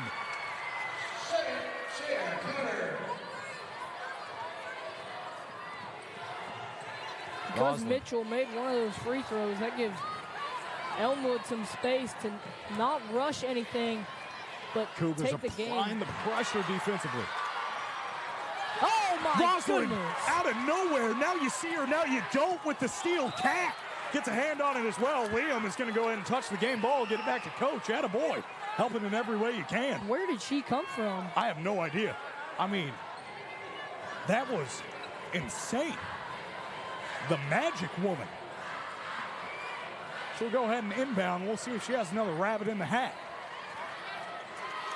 He gets ripped away by Cat. And then she's back on defense.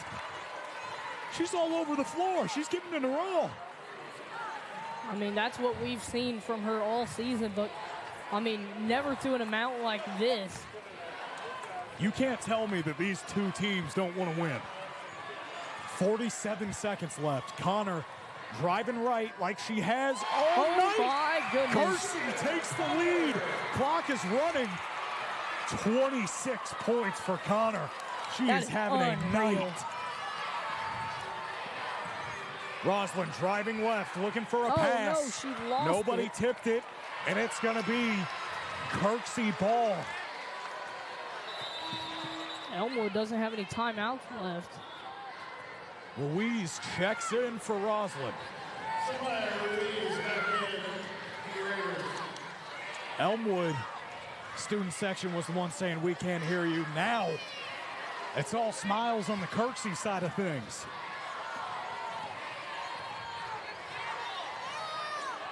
If I'm Elmwood, do I foul here or do I try and just force a turnover? It's kind of to the point where they're going to have to foul. Wooldridge They're going dribbling to have it to out. foul. Everybody's calling for a foul. Good screen by Connor. I just They're think not able to foul. Great handle. Great handle by Wooldridge to close the game, and that's going to do it. The Cougar pride prevails.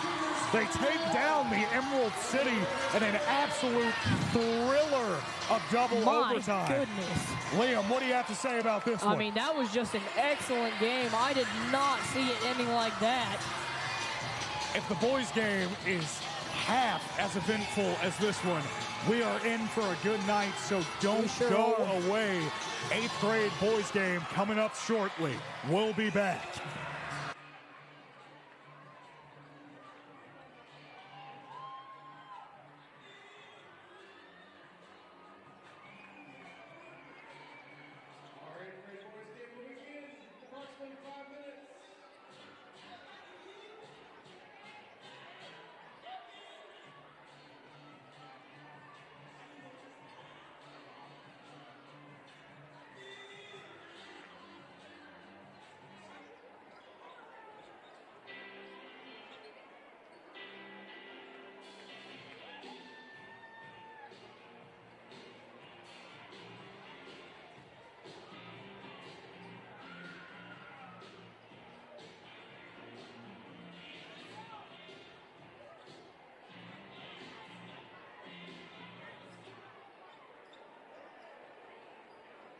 To our Elmwood and Kersey students, a reminder to tell your bride tonight that they should be here at 8:45.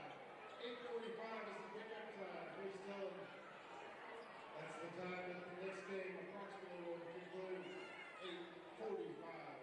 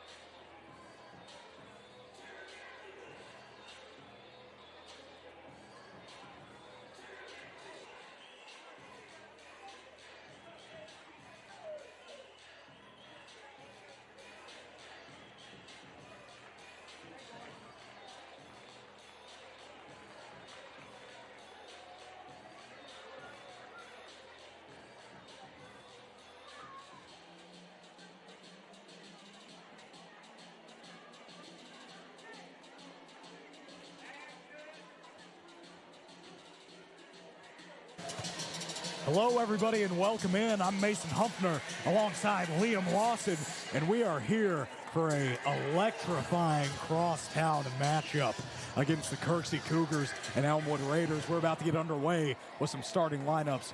More after that. Ladies and gentlemen, welcome back to Rogers High School for our final game tonight, featuring the 8th grade Raiders from Elmwood and the Kirksey Cougars.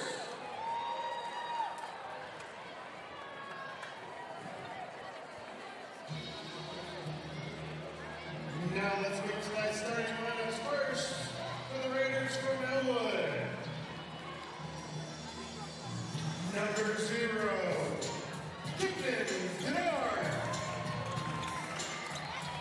Number 3, Hudson Tony.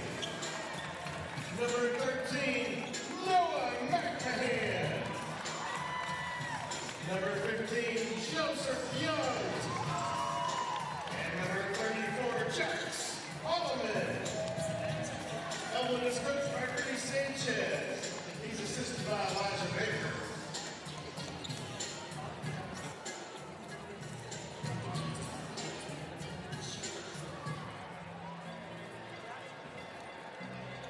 And now, here's the starting lineup for your Kirksey Cougars. Number 1, Sutton Bird. Number 2, Mason Brown. Number 4, Easton Swanson. Number 5, Tony Spear.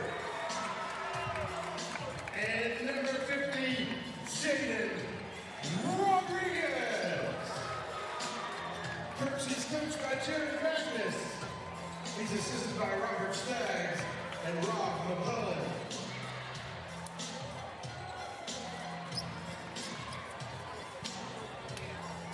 So here we are. Here we are. If this game is half as entertaining as that girls' My game goodness. was, we are in for a show. You viewers listening at home, if you did not get a chance to tune into that girls' basketball game, I highly suggest that you go back and do that. It was electrifying. The Kirksey Cougars pulled out the win, 49-48. Double overtime nail biter. Now it's time for the boys' game. See what they can do.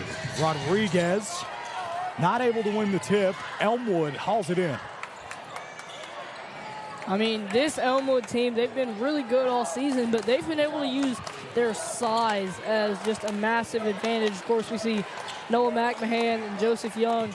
They're big guys, but, I mean, I wouldn't count them out outside the yard. Joseph has made a ton of threes this year, and Noah, more of a playmaker for his team. Hasn't really scored too much, but he has tons of assists. Kirksey trying to get something going offensively. Not able to do so. Elmwood's going to get the ball back. This Kirksey team off to a little bit of a slower start. They've struggled to find wins this season, but I would not be surprised. This game could be pretty tight. And Kirksey last year, they weren't doing well to begin their season, but they turned it around. And after this game last season, they only lost one for the rest of the year. Ball hits the floor on the other side of things. Elmwood's going to go ahead and get the ball back. Kipton Kennard will take it up.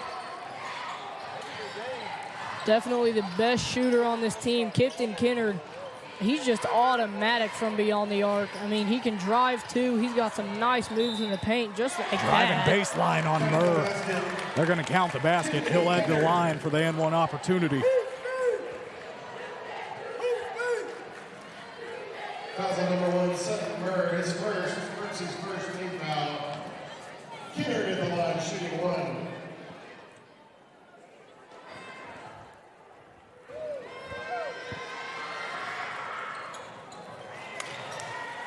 Kipton can't convert on the N1 attempt. Sutton Murr, one of the speedy players on this team. He's got some mad handles. I would definitely make sure to just keep the ankles on lock because he might be taking them. Tony Spear trying to get something going inside. Foul is called, so he does well.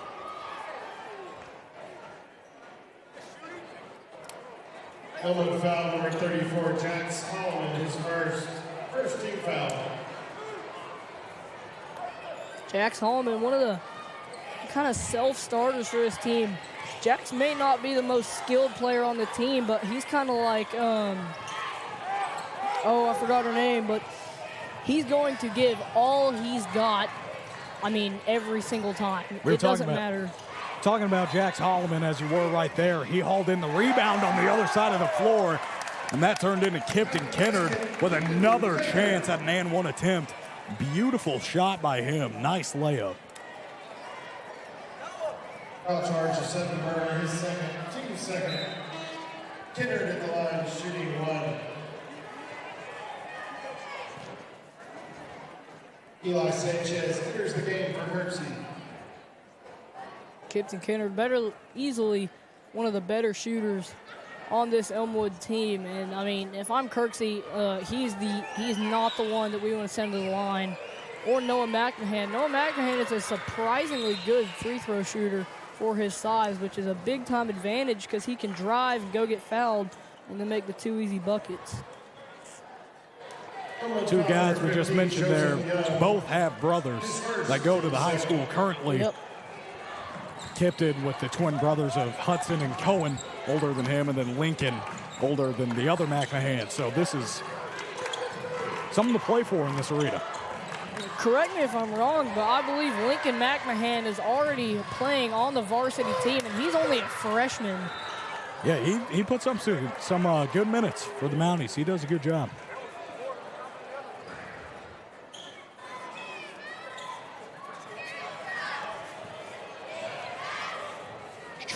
Tony Spear taking the ball up.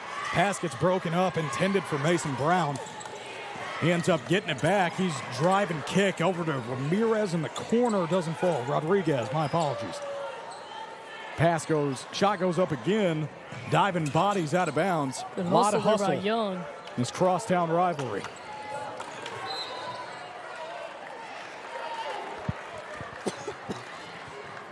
Foul is called.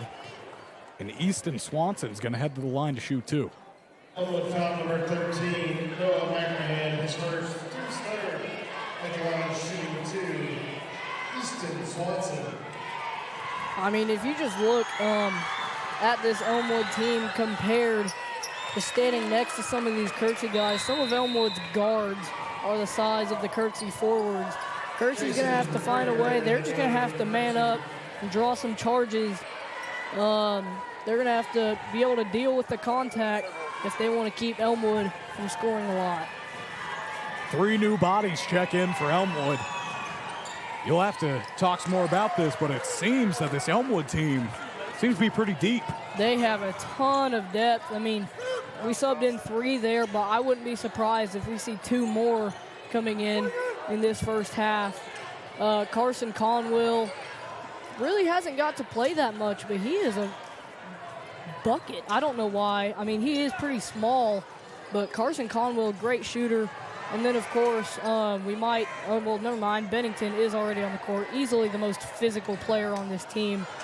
A couple weeks ago, he did end up with 4 fouls in the B game, so he might just want to lay off a little bit. Kipton Kennard with a nice shot.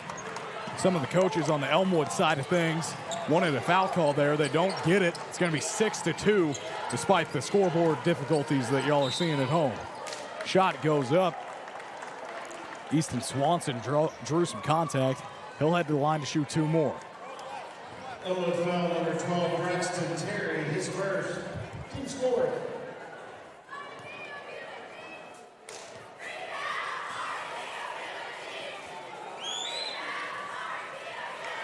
Swanson not able to increase the score.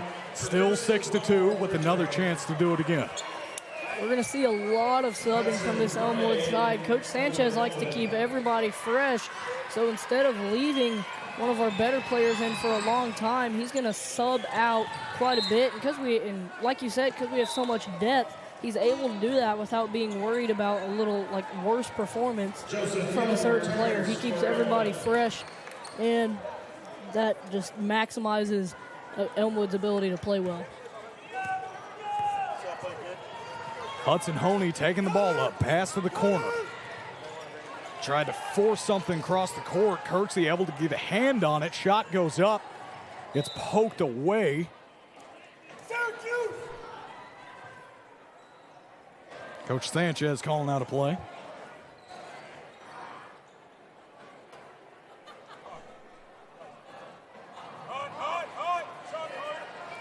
Pass to the wing. Three-point attempt is no good for Connor Wilkin. Now in the corner with Joseph Young. Honey with it. Timeout is called. Coach Sanchez takes his first. It's going to be a half timeout, 6-2 with 2:13 to play. What are you seeing so far, Liam? Elmwood is being a little bit too aggressive. We're fouling quite a bit, but Kirksey really hasn't been able to capitalize off those fouls. Elmwood's just got to play. I mean, they can lay off just a little bit, maybe not play as aggressive, but of course, Kirksey's going to have to figure out a way to score. They have 2 points. They've taken 2 trips to the line so far. So they're drawing that contact with Elmwood playing aggressive, like you were saying, not necessarily able to capitalize on it as well as they could. I think that's what Kirksey's going to be able to do the entire game. Elmwood is just so physical and big. They can just drive right into someone's body and get free throw opportunities, baseline opportunities, and possibly score off of them. Good pass to the corner. Coach is pleased. Terry inside gets blocked. That's number 33 with the block for the Cougars.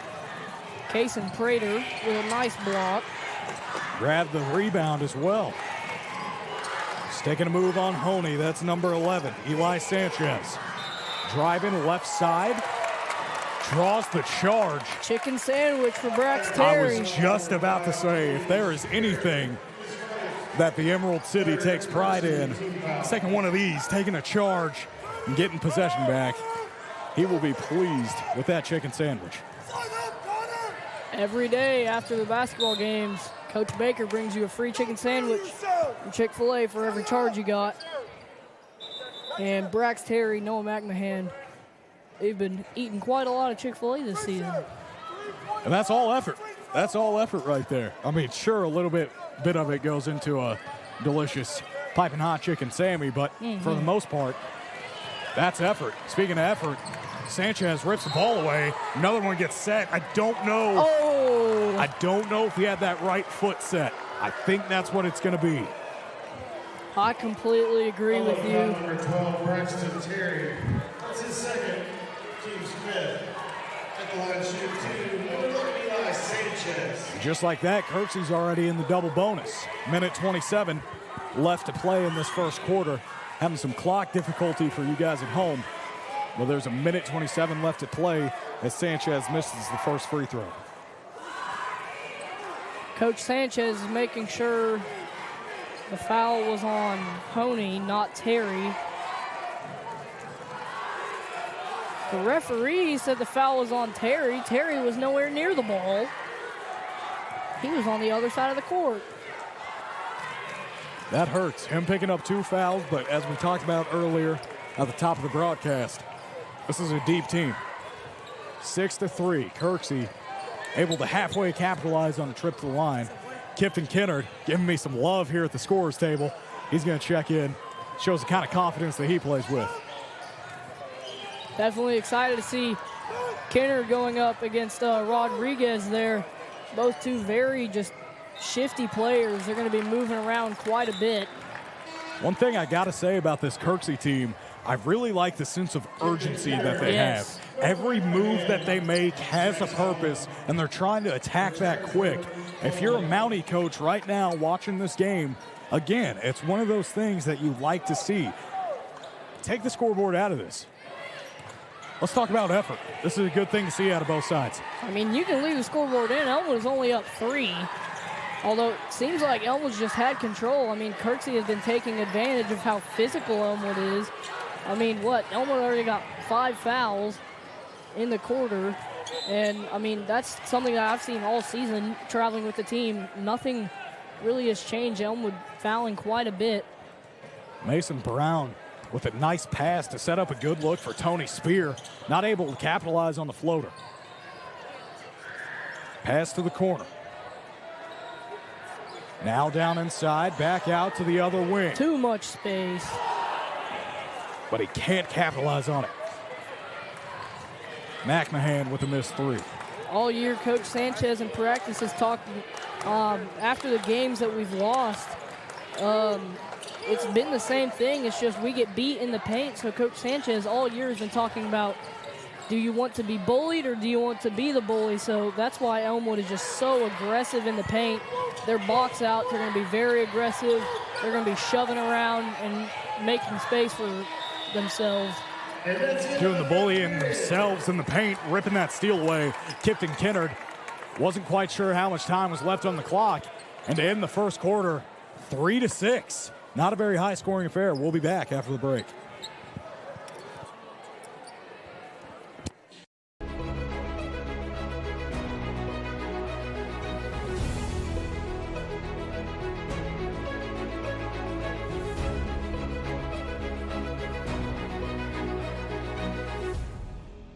The roof is a home's main defense against the elements, so services like upkeep, repairs, and upgrades are vital. David's Roofing is the only roofing contractor in Northwest Arkansas that has the prestigious Select Shingle Master rating from Certainty. With David's Roofing, your roof is in good hands.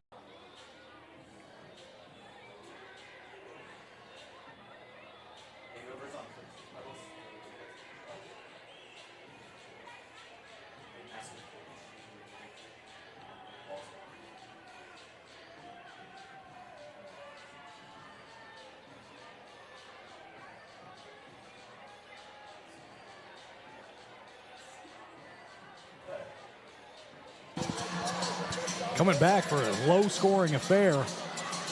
We're coming into the second quarter. What adjustment do both teams need to make, Liam? Elmwood is definitely going to have to get some more looks from someone other than Kipton. Kipton's been kind of wide. I mean, he's had all the opportunities he can, but Elmwood's going to have to rely on someone else to go up and make a basket for him. And then Kirksey has been doing really good drawing fouls off Elmwood. They just haven't been capitalizing too much off of it. Swanson loses his handle, driving inside. They maintain possession as it was off of Elmwood. Swanson to inbound, running out of time, gets it in. Spear picks up his dribble. Pass outside to Mason Brown. Pass gets tipped away by McMahon. He's out and running. That's a lot of length. Has the numbers, goes up, can't convert for two. Ball's bobbling around. He grabs the miss. Goodness. No basket. Foul call before the shot. No basket is called. That was a great job by Easton Swanson. McMahon towers over Easton, but Easton was just able to draw as much contact as he could without getting a foul called on him. McMahon taking the shot from the corner. It was a good look, not able to capitalize. 3-6. Driving inside. This defensive battle continues. Kipton Kennard's out and running. Right hand to layups, no good. He hits the deck hard again. Talk about a hard kid. Tony Spear was a little bit slow to get up on the other side of the court. But he looks all right. His first, team second. Kipton heads to the line to shoot two. You know, you grow up with two older brothers, especially when they're twins. I imagine you get ganged up on sometimes. Tough kid. He's hit the ground before. He gets up, misses that first attempt, but he'll get the chance to make it a two-possession game. I mean, I've seen that all season. He goes in just aggressive as heck and runs into people. He gets banged up a little bit, but he is right back up on his feet and shooting free throws. Aggressive rebound by Cyreek Owens. Fights off Joseph Young. For it, he hauls it in. Joseph Young, that's his second. Team's first. Joseph Young actually picks up the foul there. I see Fisher Bennington coming in for Joseph Young because Joseph may be one of the taller and bigger players on this team. He really isn't that aggressive and doesn't like to use his body that much. He just uses his length to score and just put his hands up. Fisher Bennington, on the other hand, is very aggressive, so he is willing to go up against Owens. Foul is called. We're talking about the Owens and Bennington matchup here. As soon as Bennington checked in, Owens just a death stare. 3-point attempt for Kirksey. Hauled in by Owens. He goes up. My goodness. Whistle's blown. This guy's a vacuum. Big dog. He has the line to shoot, too. Elbow foul number 20, Fisher Bennington. Talks about that physicality. There he is playing with it to his advantage. First free throw is good. Brings it within 2. This is what Kirksey is looking to see. Just drawing fouls because they know Elmwood will foul them if given the opportunity. And then making their free throw, that's why it's a 2-point game. Honey hauls in that miss on the second free throw. Hop step. Shot goes off. Shot goes up off of the backboard. Nice little move there by Honey. Murr taking it to the rack. The whistles are blown. It's going to go the other way. Looked like an illegal screen there on Owens. Kennard was running with Murr into the lane, and Owens just kind of stepped in front of him. And Zyreek Owens, a bit of a bruiser. He comes in, picks up 2 fouls pretty quick into his stint on the floor here. Pass inside to Kennard. Shot fake. Pass to the corner. Zyreek calls in the rebound on the miss from McMahon. McMahon's missed 2 threes in a row, and they were pretty open. That's a pretty rare thing to see from Noah McMahon. Pretty uncharacteristic. Speaking for the whole family, Honey playing good defense. Zyreek driving to the rim. Draws contact. He'll be able to shoot, too. Elbow foul number 3, Hudson Honey, his first. Team score.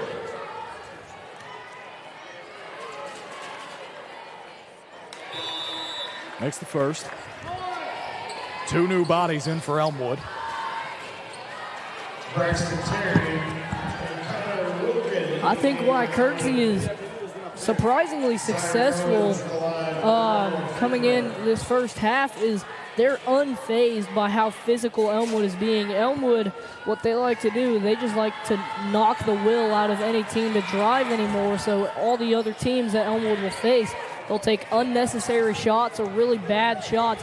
Kirksey is unfazed. They just keep on pounding at the lane and getting fouled. Pass inside to Bennington. He'll pass it right back out. Number 22, Connor Wilkin He does with not the 3. miss often. That being evident here in this one. Mason Brown with the shot attempt. Zyreek hauls in the miss. Pokes it out. But it's to the Emerald City. Pass to the corner. Kipton Kennard. Head fake. Now back inside. Very Heat-seeking missile pass to the feet of Braxton. Jake Rodriguez into the game for the Cougars. Brax had no chance to catch that. Owens picks up some quality minutes. 2 fouls. He'll head back to the bench. Rodriguez will check in for him. Murr taking the ball up for the Cougars. Pass to the left side. Back to Murr. Free throw is good. Mid-range pull-up falls. They cut the lead to 4 for the Elmwood Raiders.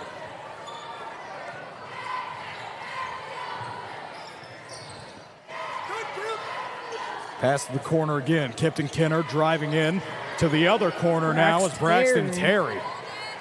Hollyman brings it in. 3-point attempt from Kipton Kennard doesn't go, and the Cougars finally get their hands on it.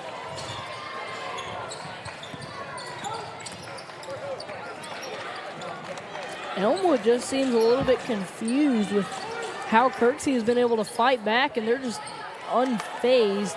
Elmwood's just trying to get Kirksey to break, and then they can start pulling off some more threes, driving the lane more aggressively. Bennington, pass outside, but the 3-pointer is no good. Sanchez bringing it up, looking for a screen. Goes the other way.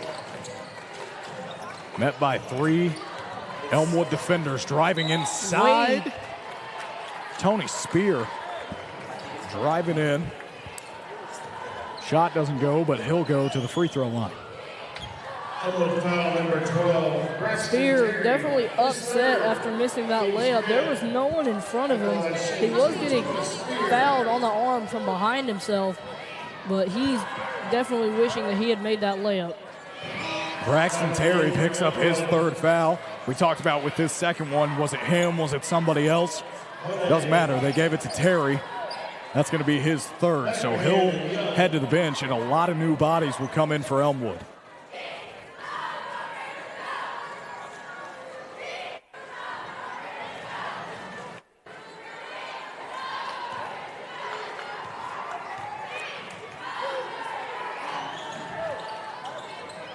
Spear's second attempt is no good. Pass to Casper, it looks like, gets ripped away. Kirksey has it, driving right side is Sanchez. In the paint were 2 Elmwood bodies. He elects to take it up. Foul gets drawn. Kipton Kennard checking back in. Sharing some words of wisdom here at the check-in table. Joseph Young charged with that foul. It looked like he just completely reached over Rodriguez's head. Not a whole lot of scoring. Liam, why is that? I mean, it just seems that Kirksey has been able to just confuse Elmwood, and, like, honestly, it just seemed like Kirksey has out-hustled Elmwood. There it is with the rebound. Really don't see Elmwood getting beat in the hustle game by anybody, because Elmwood will just hustle and hustle, get the other team to break, and as soon as they see the other team is weak, they'll attack. But Kirksey has just been able to hold on, and I think that's also because they also have quite a bit of depth in their bench. It's a tough, hard-fought scoring affair. 7-11. McMahon with it, pass to the corner. Pump fake by Kipton. He drives in, draws the foul on the shot. See, that's another thing Kipton's good at. He really wasn't hit that hard, but he can sell it like a book. That he can. New York Times bestseller. Kipton Kennard makes his first attempt.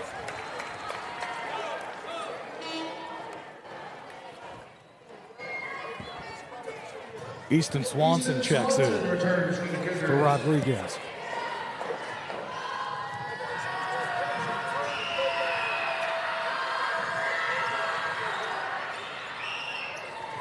Kipton goes 1 for 2 at the line, but Elmwood picks up an offensive rebound, gets poked out, is what Kipton was trying to say, but the ref thinks otherwise. It's going to be Kirksey possession.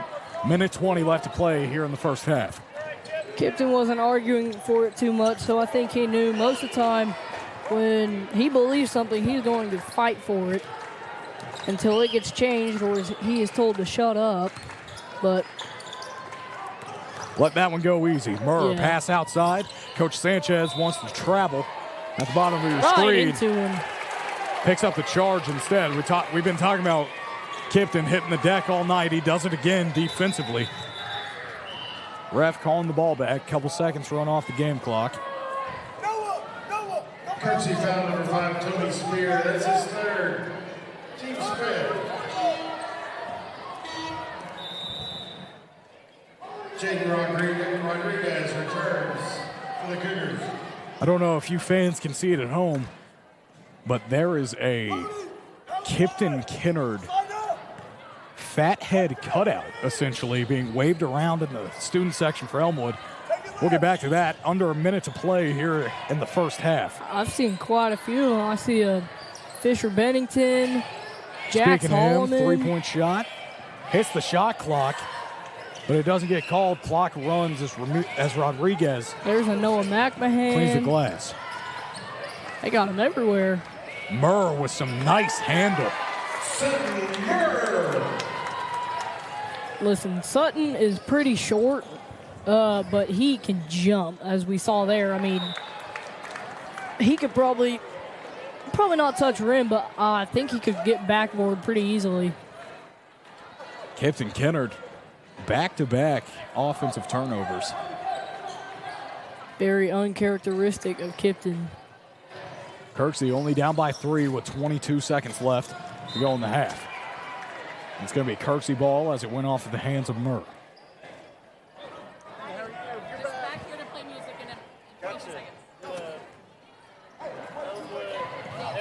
Oh, my. If we were playing football, we'd call that one a hospital ball. Sutton Murr comes up with it, poking it away. Rodriguez gets it, driving right side. I think McMahon kind of flopped there. On McMahon. Rodriguez saw that McMahon posted up for a charge, so he kind of laid off. He did clip Noah with his elbow, but I think McMahon his third. Kind of sold that too well. Shooting 2, number 50, Jaden Rodriguez. Jaden heads to the line to shoot 2 shots. Cut this thing within 1.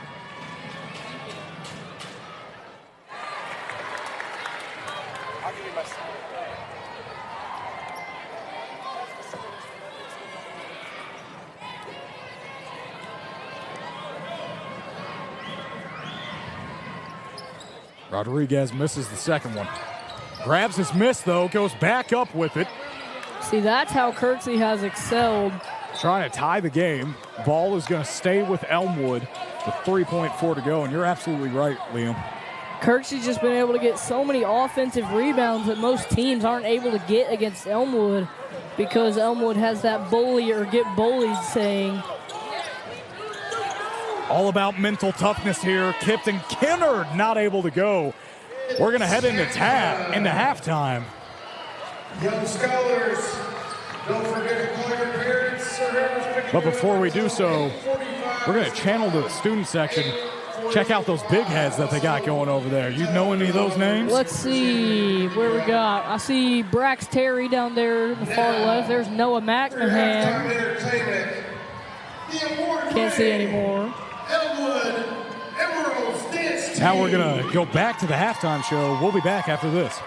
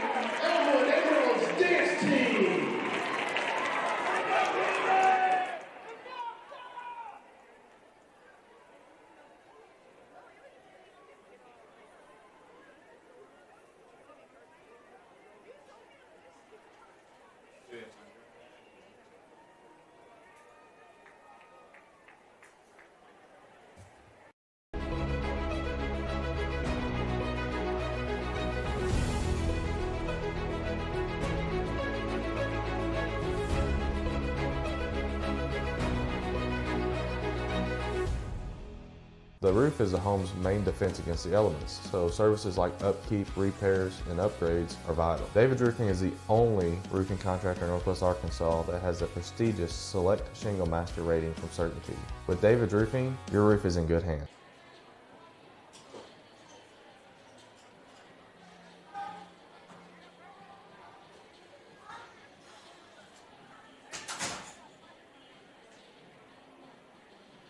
Bro, was my receiver not on the whole time?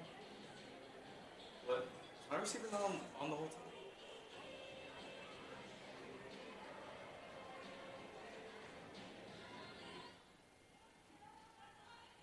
Speak.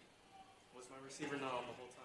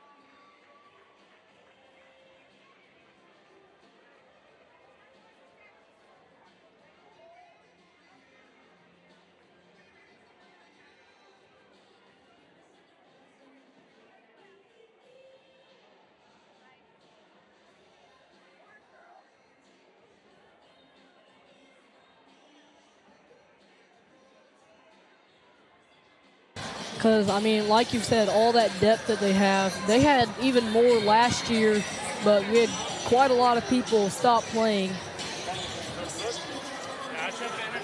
And here we go. With that being said, we are back for 12 more minutes of future Mountie basketball.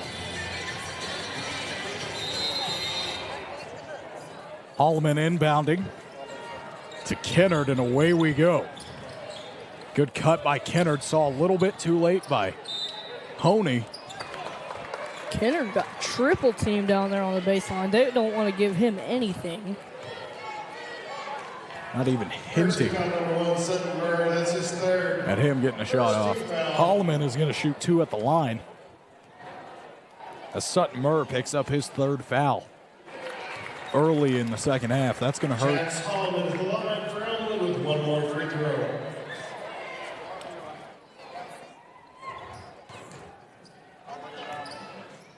Jax Holtman, one of the more scrappy players on this team, doesn't have the most natural-born talent as most of these other guys do, but he's definitely just like worked his butt off, and he earned himself a spot to start on this team. A lot of hustle on the floor right now. Do we have a lane violation? Is that what happened? I'm not sure. Regardless, it's going to be Kirksey ball after 1 free throw is good. Fisher Bennington back into the game for Elmwood.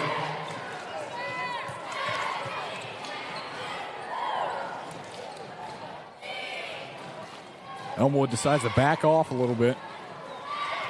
They were trying to apply some pressure, but Kirksey's going to have the opportunity to bring the ball off the floor. Spear to Murr, back to Spear. Driving baseline with Holloman on him. Putting a little bit of an elbow into him. Coach Sanchez saw it. Nice move there by Honey. Honey with a nice handle. Pass over to Kipton. He's driving baseline. Meets Rodriguez in the paint. Pass out to McMahon. Just not able to get it to fall tonight for 13 in black. Just can't get it going. He's had 3 wide open opportunities. Honey rips it away. Hasn't been able to convert. Kipton puts a guy on the floor. Mason Brown got crossed up there. Holloman not able to capitalize on the move. Pass to the corner. Now back out. Kirksey trying to make something happen. Murr, right-handed shot is no good.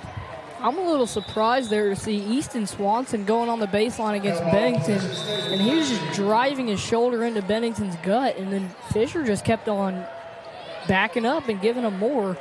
Very physical play here from Kirksey. They've really came out and popped him in the mouth in this one. Sure have. Pass to the corner. Sanchez with it. Back out. Shot does not fall for Swanson. I mean, I did not expect the beginning of the second half to look like this. I mean, Elmwood beat Darby by about 40. Kirksey only beat them by 4. I kind of expect Elmwood to just run away with this game very early, but Kirksey has done a great job hanging in there and keeping it to 1-2 possession game. And it comes down to defensive possessions like that. They're able to force that turnover. Pass was intended for Honey. Too much space there. Sanchez, deep 3, doesn't land. Kipton Kenner taking it the other way. Hollyman with the shot, and it's good for 3. 16-10.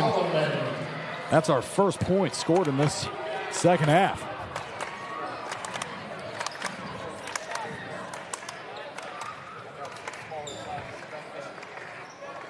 Swanson pass out to Sanchez. Looking for a couple of screens. Kirksey has done a really good job just making Elmwood just be really uncomfortable and just not have anything go their way. Elmwood just hasn't seemed like they're enjoying this too much. 3-point attempt for Swanson on the other end is no good. Coach Sanchez trying to get his boys out and running. Bounce pass inside. One more to the low block potentially. McMahon's going to take it himself. That size advantage I've been talking about. I mean, Noah wasn't even that much bigger than, who's that, Rodriguez down there? Yes. I believe it was, but I think Noah just has the wingspan and the height to just get over everybody in the paint and make an easy little floater like we just saw there. Eli Sanchez with a shot fake into a pass down to Rodriguez. But his shot was no good. It's going to be Elmwood ball, who have scored a couple of unanswered buckets to this point.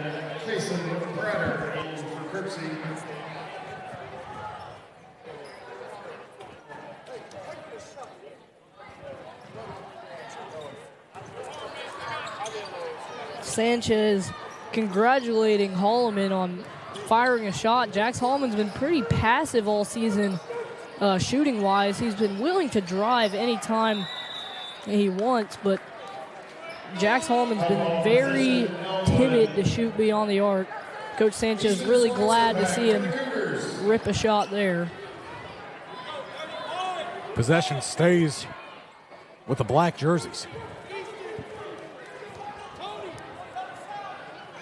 McMahon wide open for 3. Ooh. Doesn't land. That's kind of been the theme of the night. McMahon just has a ton of space for a 3 and just can't get it to go. Tony Spear makes an inside layup driving. That one looked good. Kipton Kennard seems like a little, might be a wet spot potentially on the floor. Right on that Lady Mountie sign. Kipton Kennard lost his footing. They're going to call travel. You would be surprised how often that happens. Kipton just kind of outruns himself, and his feet can't catch up with his legs. Mine might be going faster than he is. Nice shot by Sanchez, but it's taken away by an even better charge. Good effort again. It's going to be chicken sandwich galore tomorrow morning. My goodness, sure is. Who all got one so far? Terry, Holloman, and Kipton got one, I think, as well. That's another thing Coach Sanchez preaches. He says, if they're going to charge on you and they're bigger than you, post up. And I like that choice of words that you used there, Liam, in Coach Sanchez preaching. He is doing just that. I mean, I'm expecting to hear some soul claps here pretty soon. He is a loud coach, very vocal, very passionate, and that kind of lights the fire underneath these guys to get out and running with that toughness and emotion that they play with.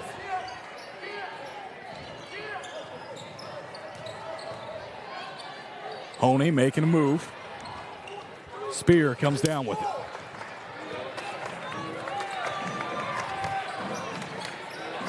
Kirksey just playing some very tight defense. It's just Elmwood has always relied on just one person on the other team. If there's one guy that isn't playing super aggressively, they'll give it to whoever he's covering, and they'll get some points out of it. But all 5 of the Kirksey players on the floor have just been playing very tight. Raiders with possession after the turnover by Swanson. Kipton top of the key, swings it one more to the corner. 35 seconds to play. Honey with it. Catch in traffic. Ooh. Under the basket, end around layup. That looked good. Elmwood up by 10. Elmwood starting to run away with it. I mean, that's kind of just what I thought.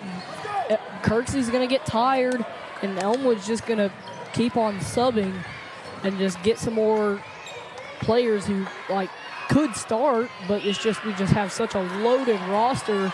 It's really hard to decide who starts. We've probably had 3 people. I mean, we've only had 2 constants in the lineup. That's exactly what you were talking about at the top of the half, and it's proven to be true. Sure Elmwood is. with a 10-point lead. That's going to do it for the third quarter. We'll be back for the start of the fourth. Make sure your school right early, your teachers are.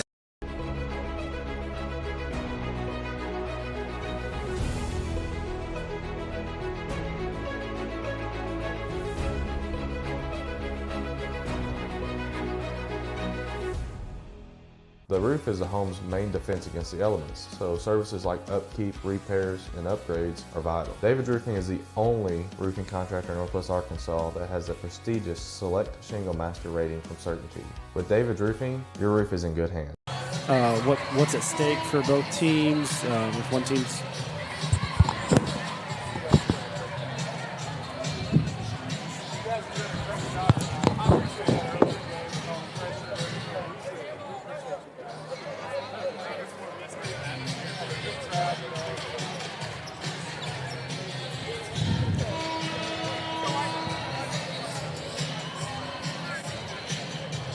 6 more minutes of future Mountie basketball remain. Liam? This is just a huge game. I mean, I mentioned this in the girls' game, but this is going to be even bigger for the boys' game. The bragging rights that are going to come off this game. I mean, these guys are going to remember this for a very long time, and that's going to be stuff that they can use to get an upper hand in an argument. Swanson inbounding the ball. Kirksey trying to get something going. Owens with it. He hits the deck. Travel's called.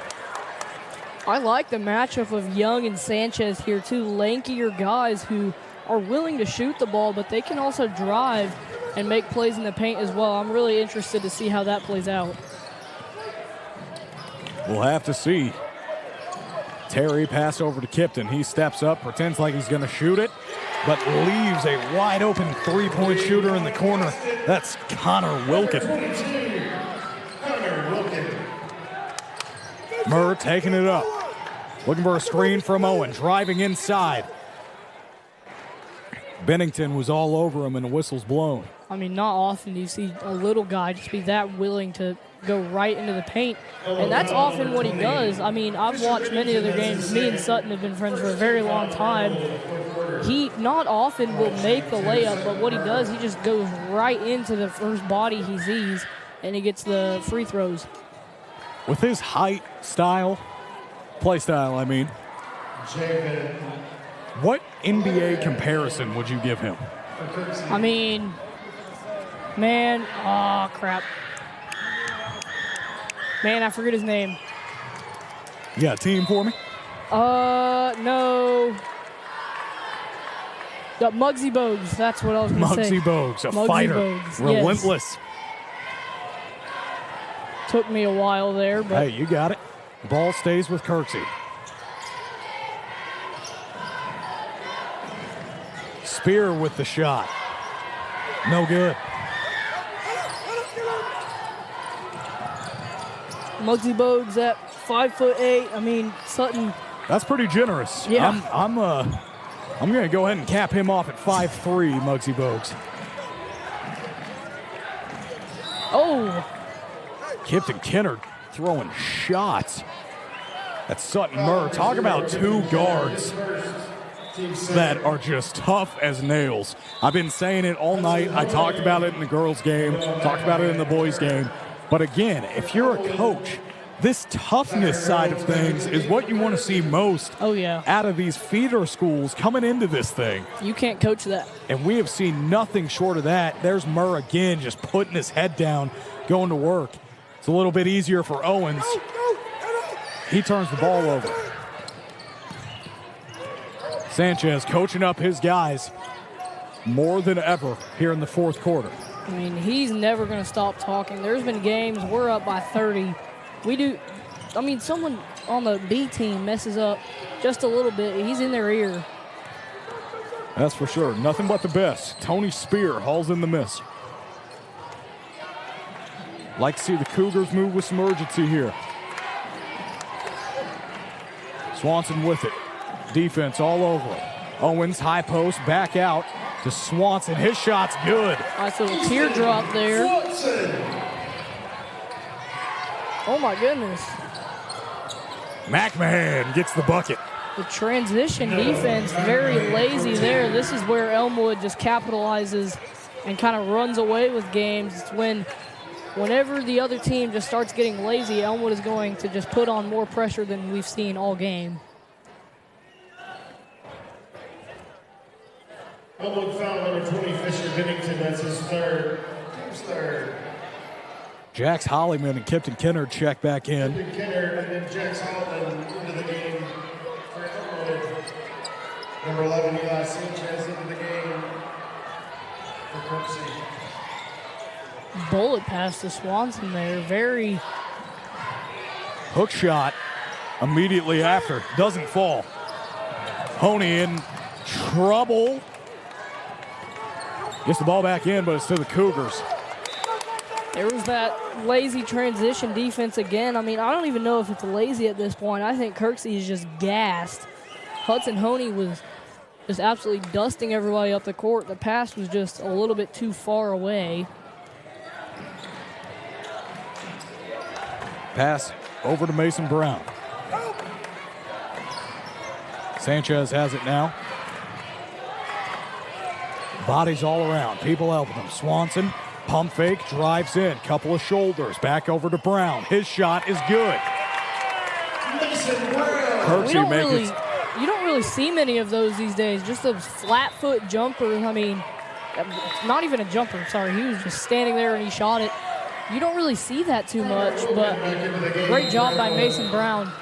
Just seeing that he had an opportunity and sinking immediately. Especially from mid-range. I mean, Yeah. a flat foot mid-range shot, you don't see that often, but it looked good out of the hand. Elmwood up by 11 as a timeout is taken. See the arena kind of clearing out a little bit, but I would not be leaving based on what I saw last game. Yeah, no way. You're not calling this thing early in the slightest. I mean, what? I mean, the girls' team was up by this. I think it was like exactly this much with like this much time to play. And Kirksey came all the way back. Won the thing. Dribbled it out as well. 17 seconds goodness. left. Josie Wooldridge putting on a show, looking like Iverson with the handles to end it. 3:04 left in this one. We've talked about the fan bases. We've talked about the student sections. I mean, this is a big-time game. This is essentially why you play all season. Yeah. You come here to win these games.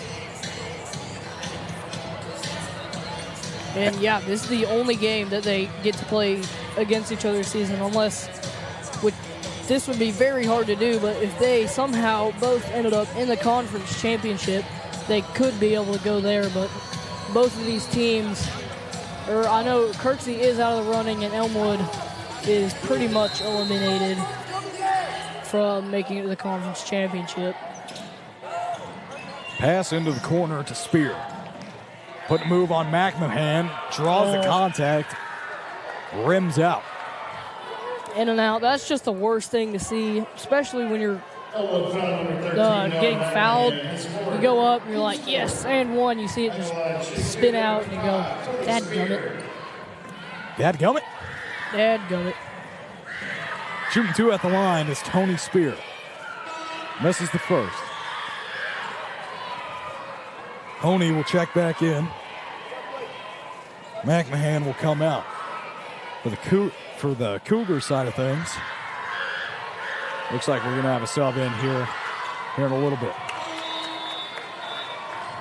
It's going to be Javen Allegria checking in.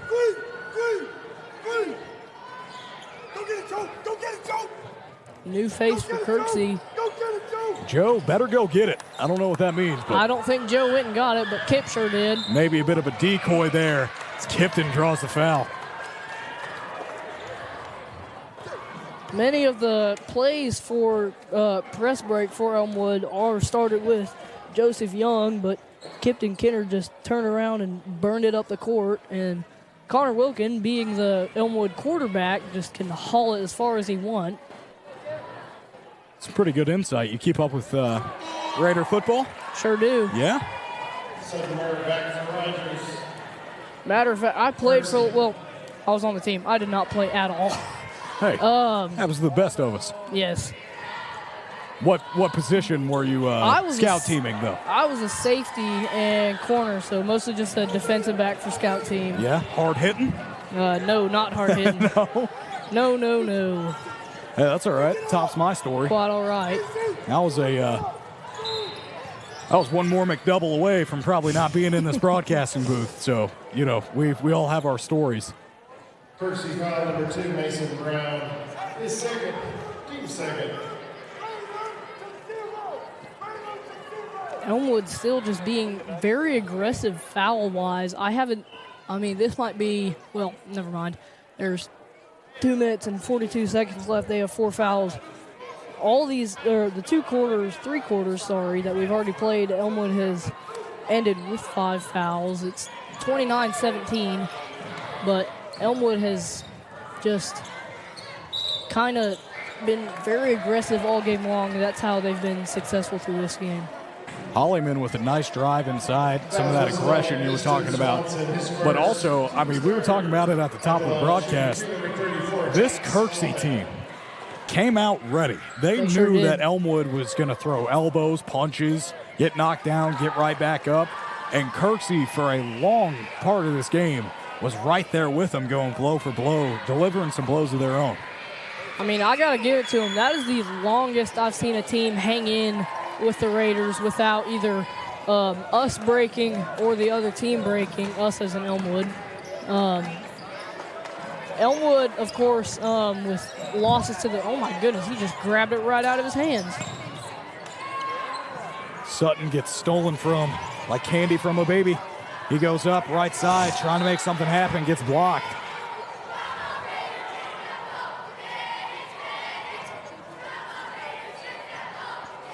All the Kirksey players just looking absolutely drained.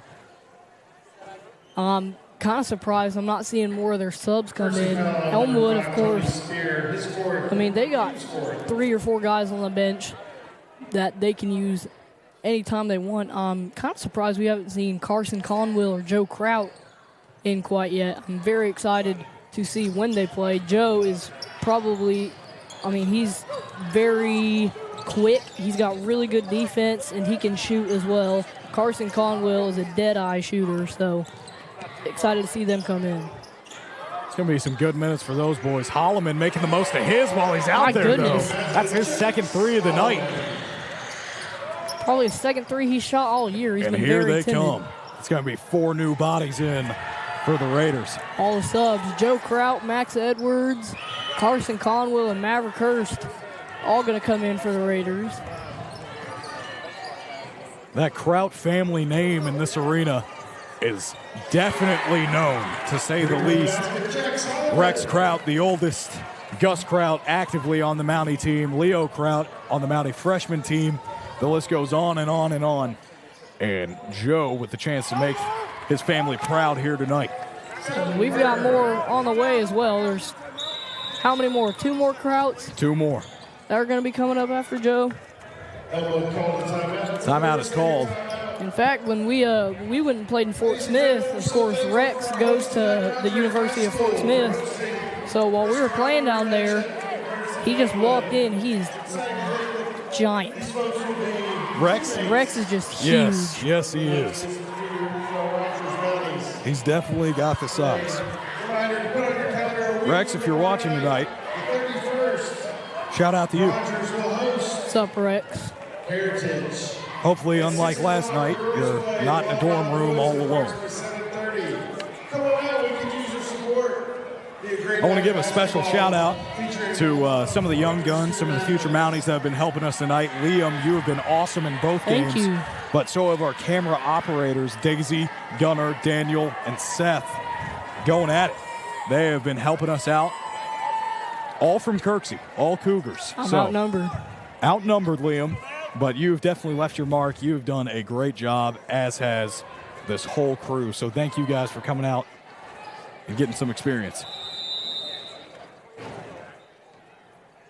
All the new players in for Elmwood, and then Conwell, Terry, Kraut, Edwards, and Hurst with a minute to play. 1:11 left. Murr inbounding, gets it in to Brown. Pass into a sea of green. Joe Kraut gets his hands on it to force a jump ball. It's going to be Raider possession. Very aggressive. And listen, we've tried to get Joe Kraut to get some, like them rec specs.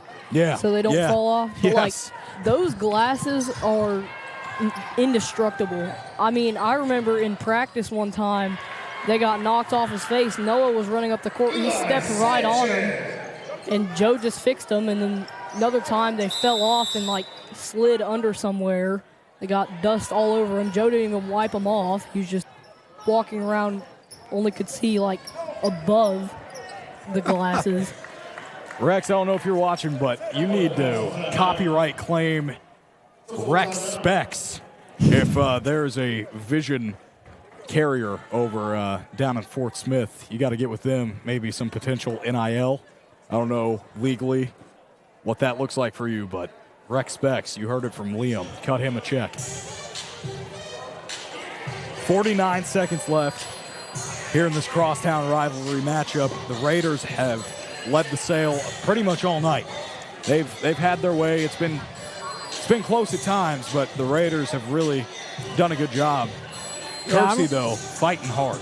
I'm really proud of Kirksey. I mean, most of the time we'll just see teams kind of just give out in the third quarter-ish. Kirksey, I mean, they still haven't really give up. Of course, they are looking absolutely gassed. They still got their starters in, all of them panting and sweating hard.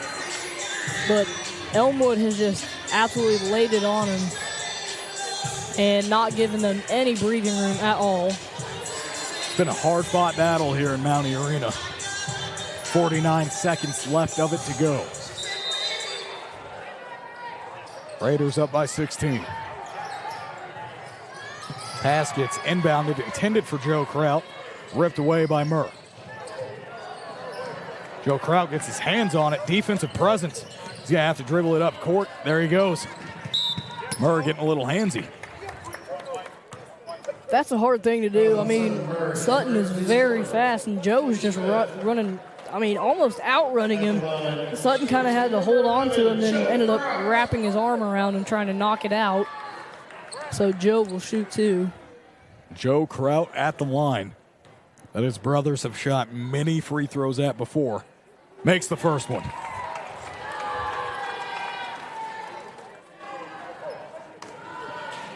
I think this is the first time tonight that Elmwood has been in the bonus before Kirksey has. I think it's the first time in this game and the girls' game as well. Joe Kraut 2 for 2 at the line. Coach Sanchez is pleased. That's what we want to see. Murr, Spear, and company down at the other end, tacking on a last-minute bucket. I want to see Maverick Hurst score up here.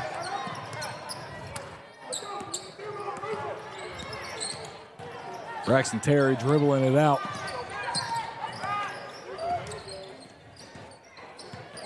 Kirksey's giving it to the very end of the game. They're not going to stop until the horn tells them it's over.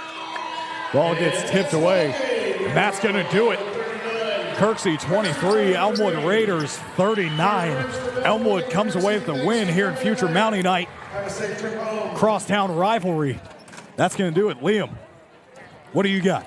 I think Elmwood just, like I said, they were the bullies. They did not want to get bullied that entire game. They just kind of ran away with it there at the end of the game. But I think smiles on both sides, as Kirksey may not be as happy, but everybody played really well tonight. That's going to do it.